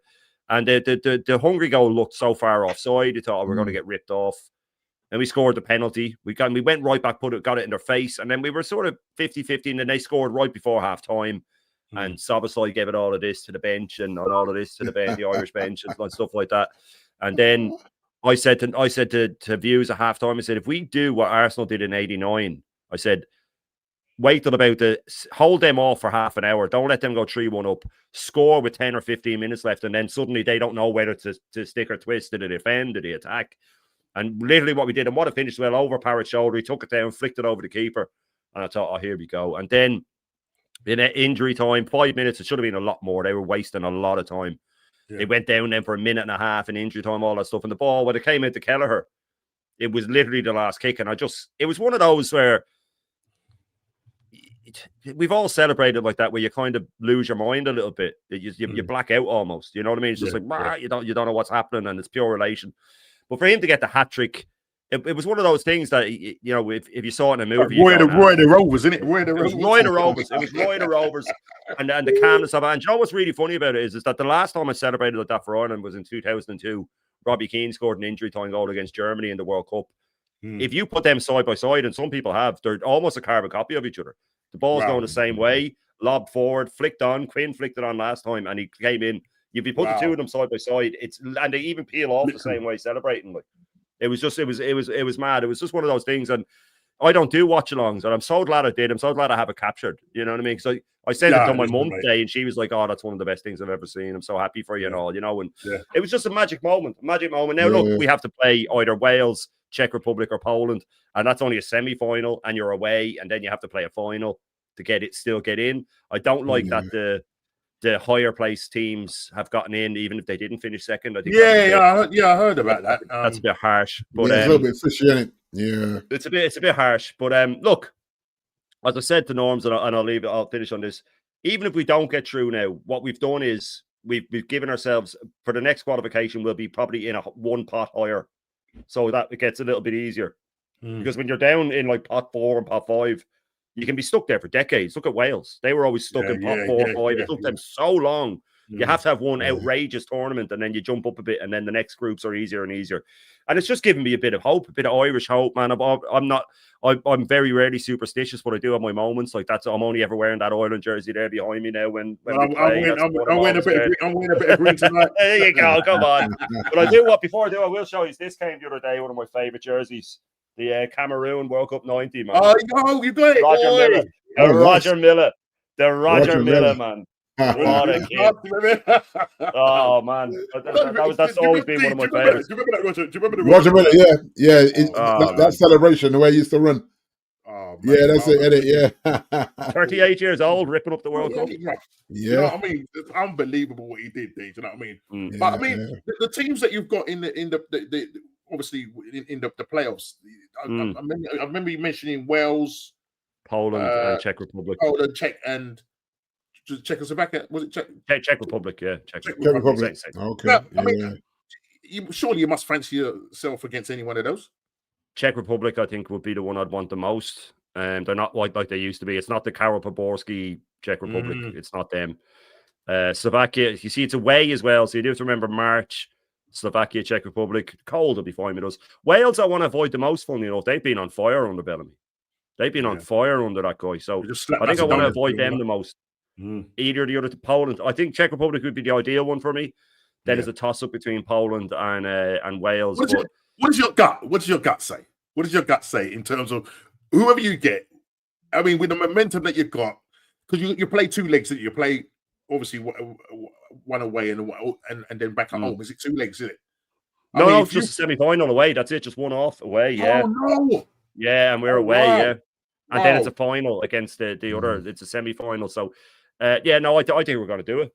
I really do. I think we're going to do it. Bro, I just think we have the momentum. I think the feeling's there. I thought when Hungary scored first, I thought typical Ireland, we're going to lose 4-0 now after the up of Portugal. But once we did that, the character he showed, and I think it's finally clicked with the manager. I think it's finally clicked that he has to play that happens, Ireland's strengths. Yeah. He has to play to our strengths. He has to forget about all this passing it around, long balls into the corner, chase them down, harry them, win the ball back, crosses, and play to a big man up front. And it seems to have clicked with him. And I'm like, okay, this is good. Now, I want to use that same analogy, Shane. I want to use that same analogy about when it clicks and finding their strengths. It seems like your Ireland manager has done that. And I want to throw it back at you with regards to Arteta. Has he found our strengths? No, I don't think he has it in him to be able to do it, Norms. And I'm not just saying that. He's too stubborn. He's like Amarin. He's too stubborn. Everyone will bend to his tactics, and that's it. They will bend to his tactics, and that's it. I'm just finishing up Sven Goran Eriksson's book, and he was quite rigid with tactics when he first started. It was 4-4-2 the whole way. But he said once he got to Italy, and he had this is early 90s Serie A, so he had like top players in his team. He said, no, then I had to start. He said, I'm not going to make Ruud Gullit at Sampdoria play a certain way. I'll play to suit Ruud Gullit because it's Ruud Gullit. Like, I'll get the best out of Ruud Gullit. So this is the problem with the modern managers. They don't. There's too much tactics. It's too much. You just have to see Arteta on the side of the pitch. It's infuriating watching them. You can hear him telling them what pass to play. Move, get over there. Wait, pass it there. But I've seen him tell Timber, no, pass to there. You know what I mean? Like, football is so quick to have someone in your ear. I've seen Ben White a few times lose it at him on the sideline. He's just getting so annoyed. And what are you telling me what to do? It's very annoying. You remember back in the day, you had Mourinho doing that with Luke Shaw. I don't know if you remember that. He said, "Oh, it was his body, but my brains." I had to coach him from the sideline. You just like maybe, but I think maybe he had a point there though. maybe with Luke Shaw. But it was just, that over, and we say it like, how many times you see the players just moments of greatness, they just figure it out and just like, okay, they have to feel what's on the pitch though. The Ireland players against Hungary, me and Views pointed it out. There was a moment when they stepped off them. Ireland were really pressuring them, and then they stepped off, and Hungary just started sideways passing. And they were sideways passing for, I'd say, about 3 minutes around the halfway line. And then the Ireland players just went. As one, they went, and they won it back.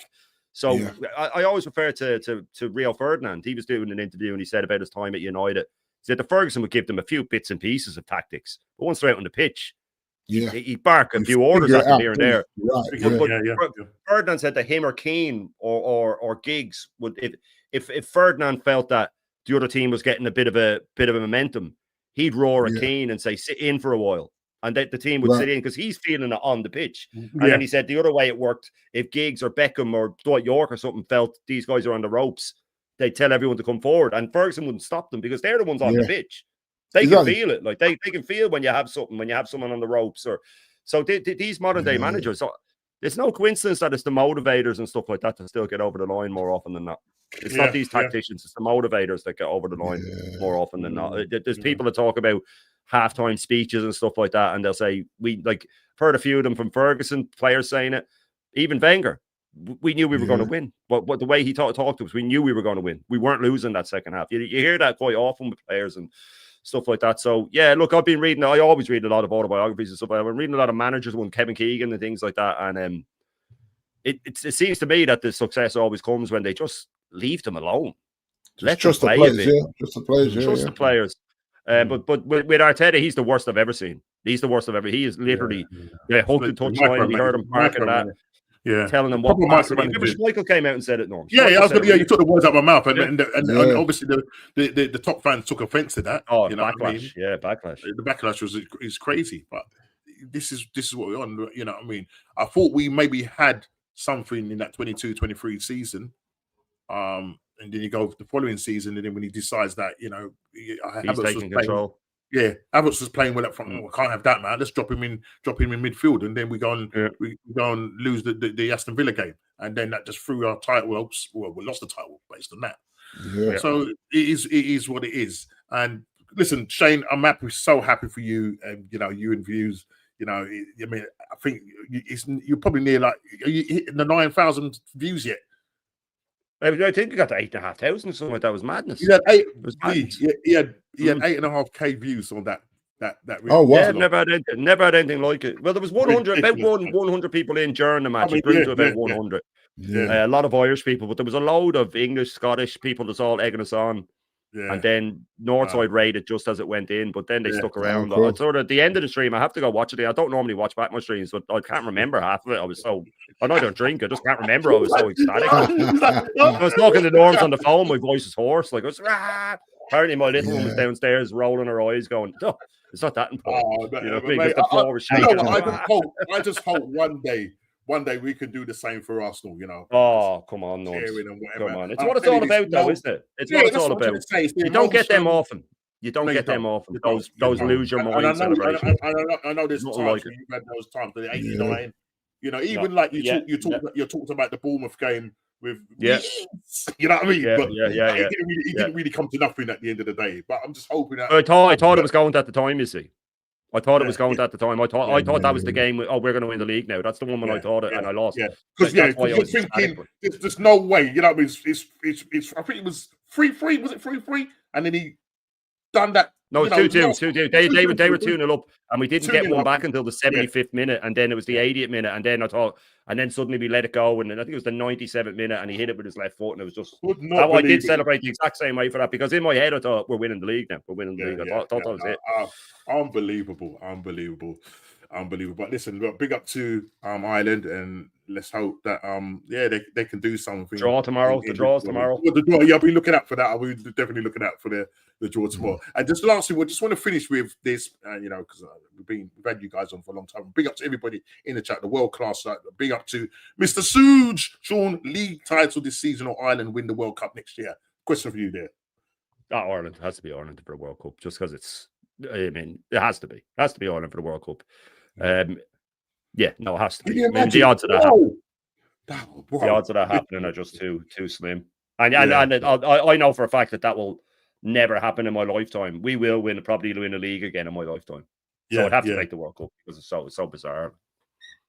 Yeah, and Sam just coming back here. He says, you're right, Norms. Arsenal had something in the 22-23 season. Arsenal messed it up by changing the scripts, and you definitely are right there. He goes, what he should have done is get Gokkers or another striker that could help ease the workload, improve the defense with 4 or 2 players, and build a solid midfield rotation. And that's it. The problem is those certain players we talk about the five key players. That if we lose them, we could be in big trouble. But those are the 5 players that eat flogs. Yeah, And one down. at the moment, 1 down, 4 to go.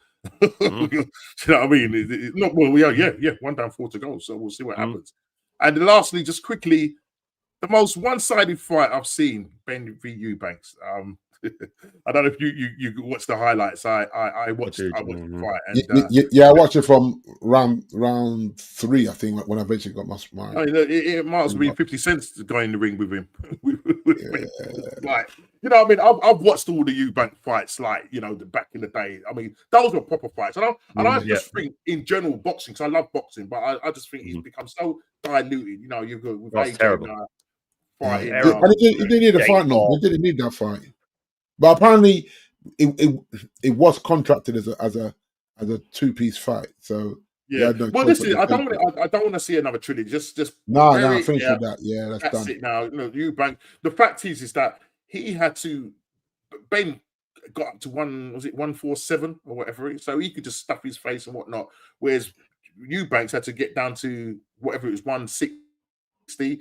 And he dehydrated, and you could just see he didn't have no power, nothing. Yeah. You know what I'm sort of saying? He just looked devoid of ideas. And at the end of the day, you knew at some point that Ben was going to drop. He was on him like a rash.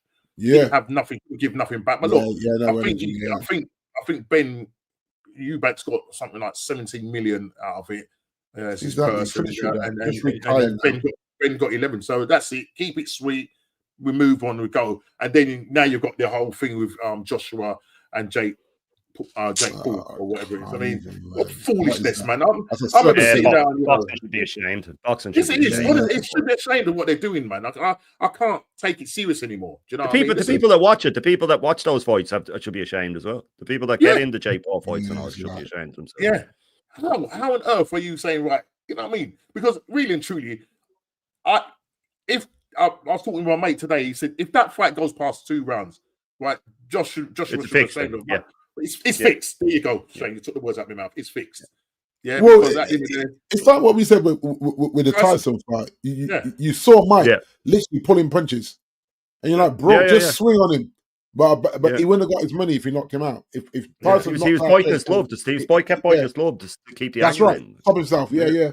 And you were just like, this is terrible. That was awful. And you know what? Out of all those silly.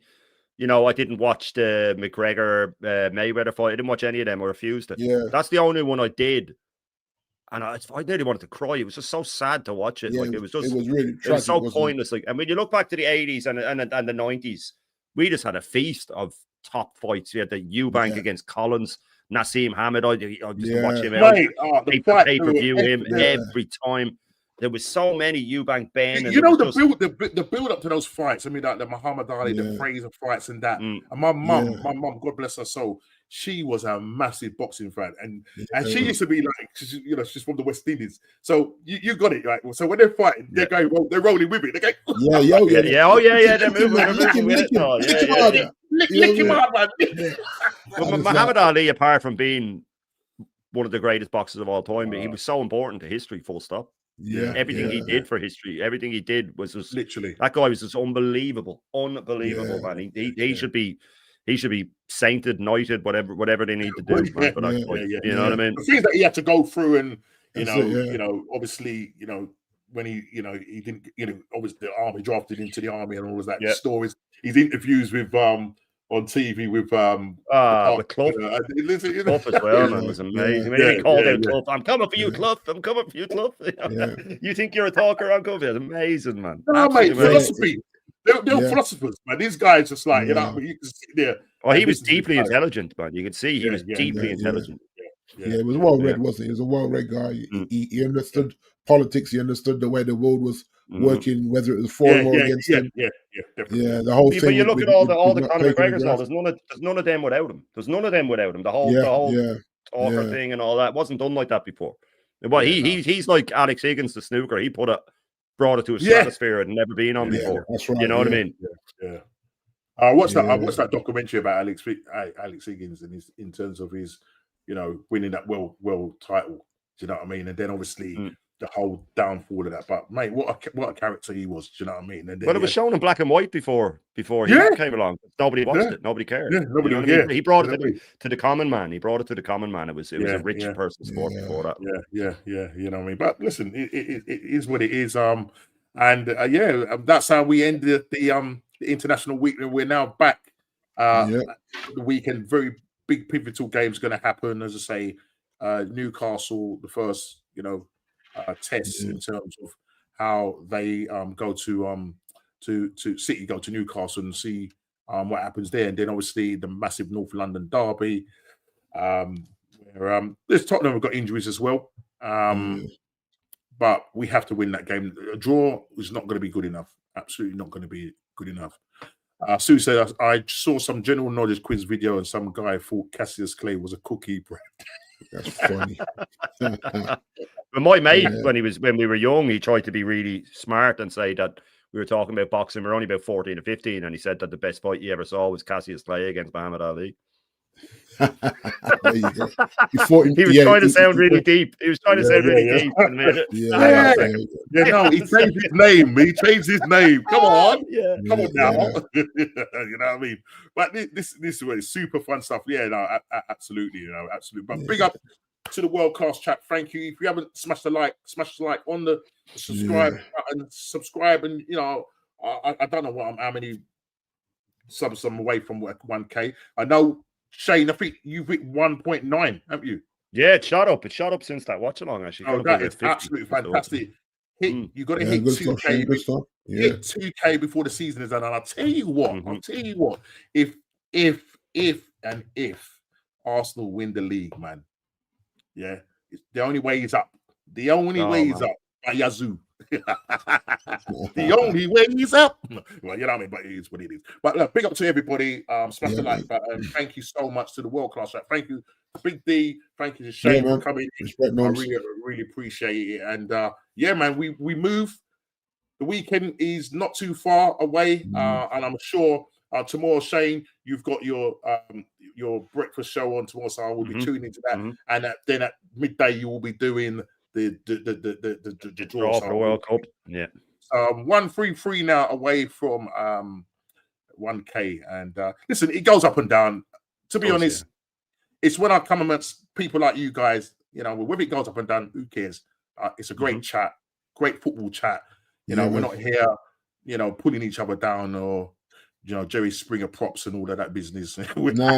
Just keeping it 100 now, man. Keeping it 100, bro. Keeping it 100. Keeping it 100. Big up to everybody. Really appreciate it. Take care. And I'll see you on the next one. I will be on later on at 9:45 on the mingle with the legend that is DJ B. So please come along to that. I'm sure we're going to be singing some Christmas carols, and later we will be buying some Christmas jumpers. Look out for that. Some other people just come in. J Lux, love always, bro. Perfect way to end the show. A great show. Take care, lads, and we're out of it. Take care.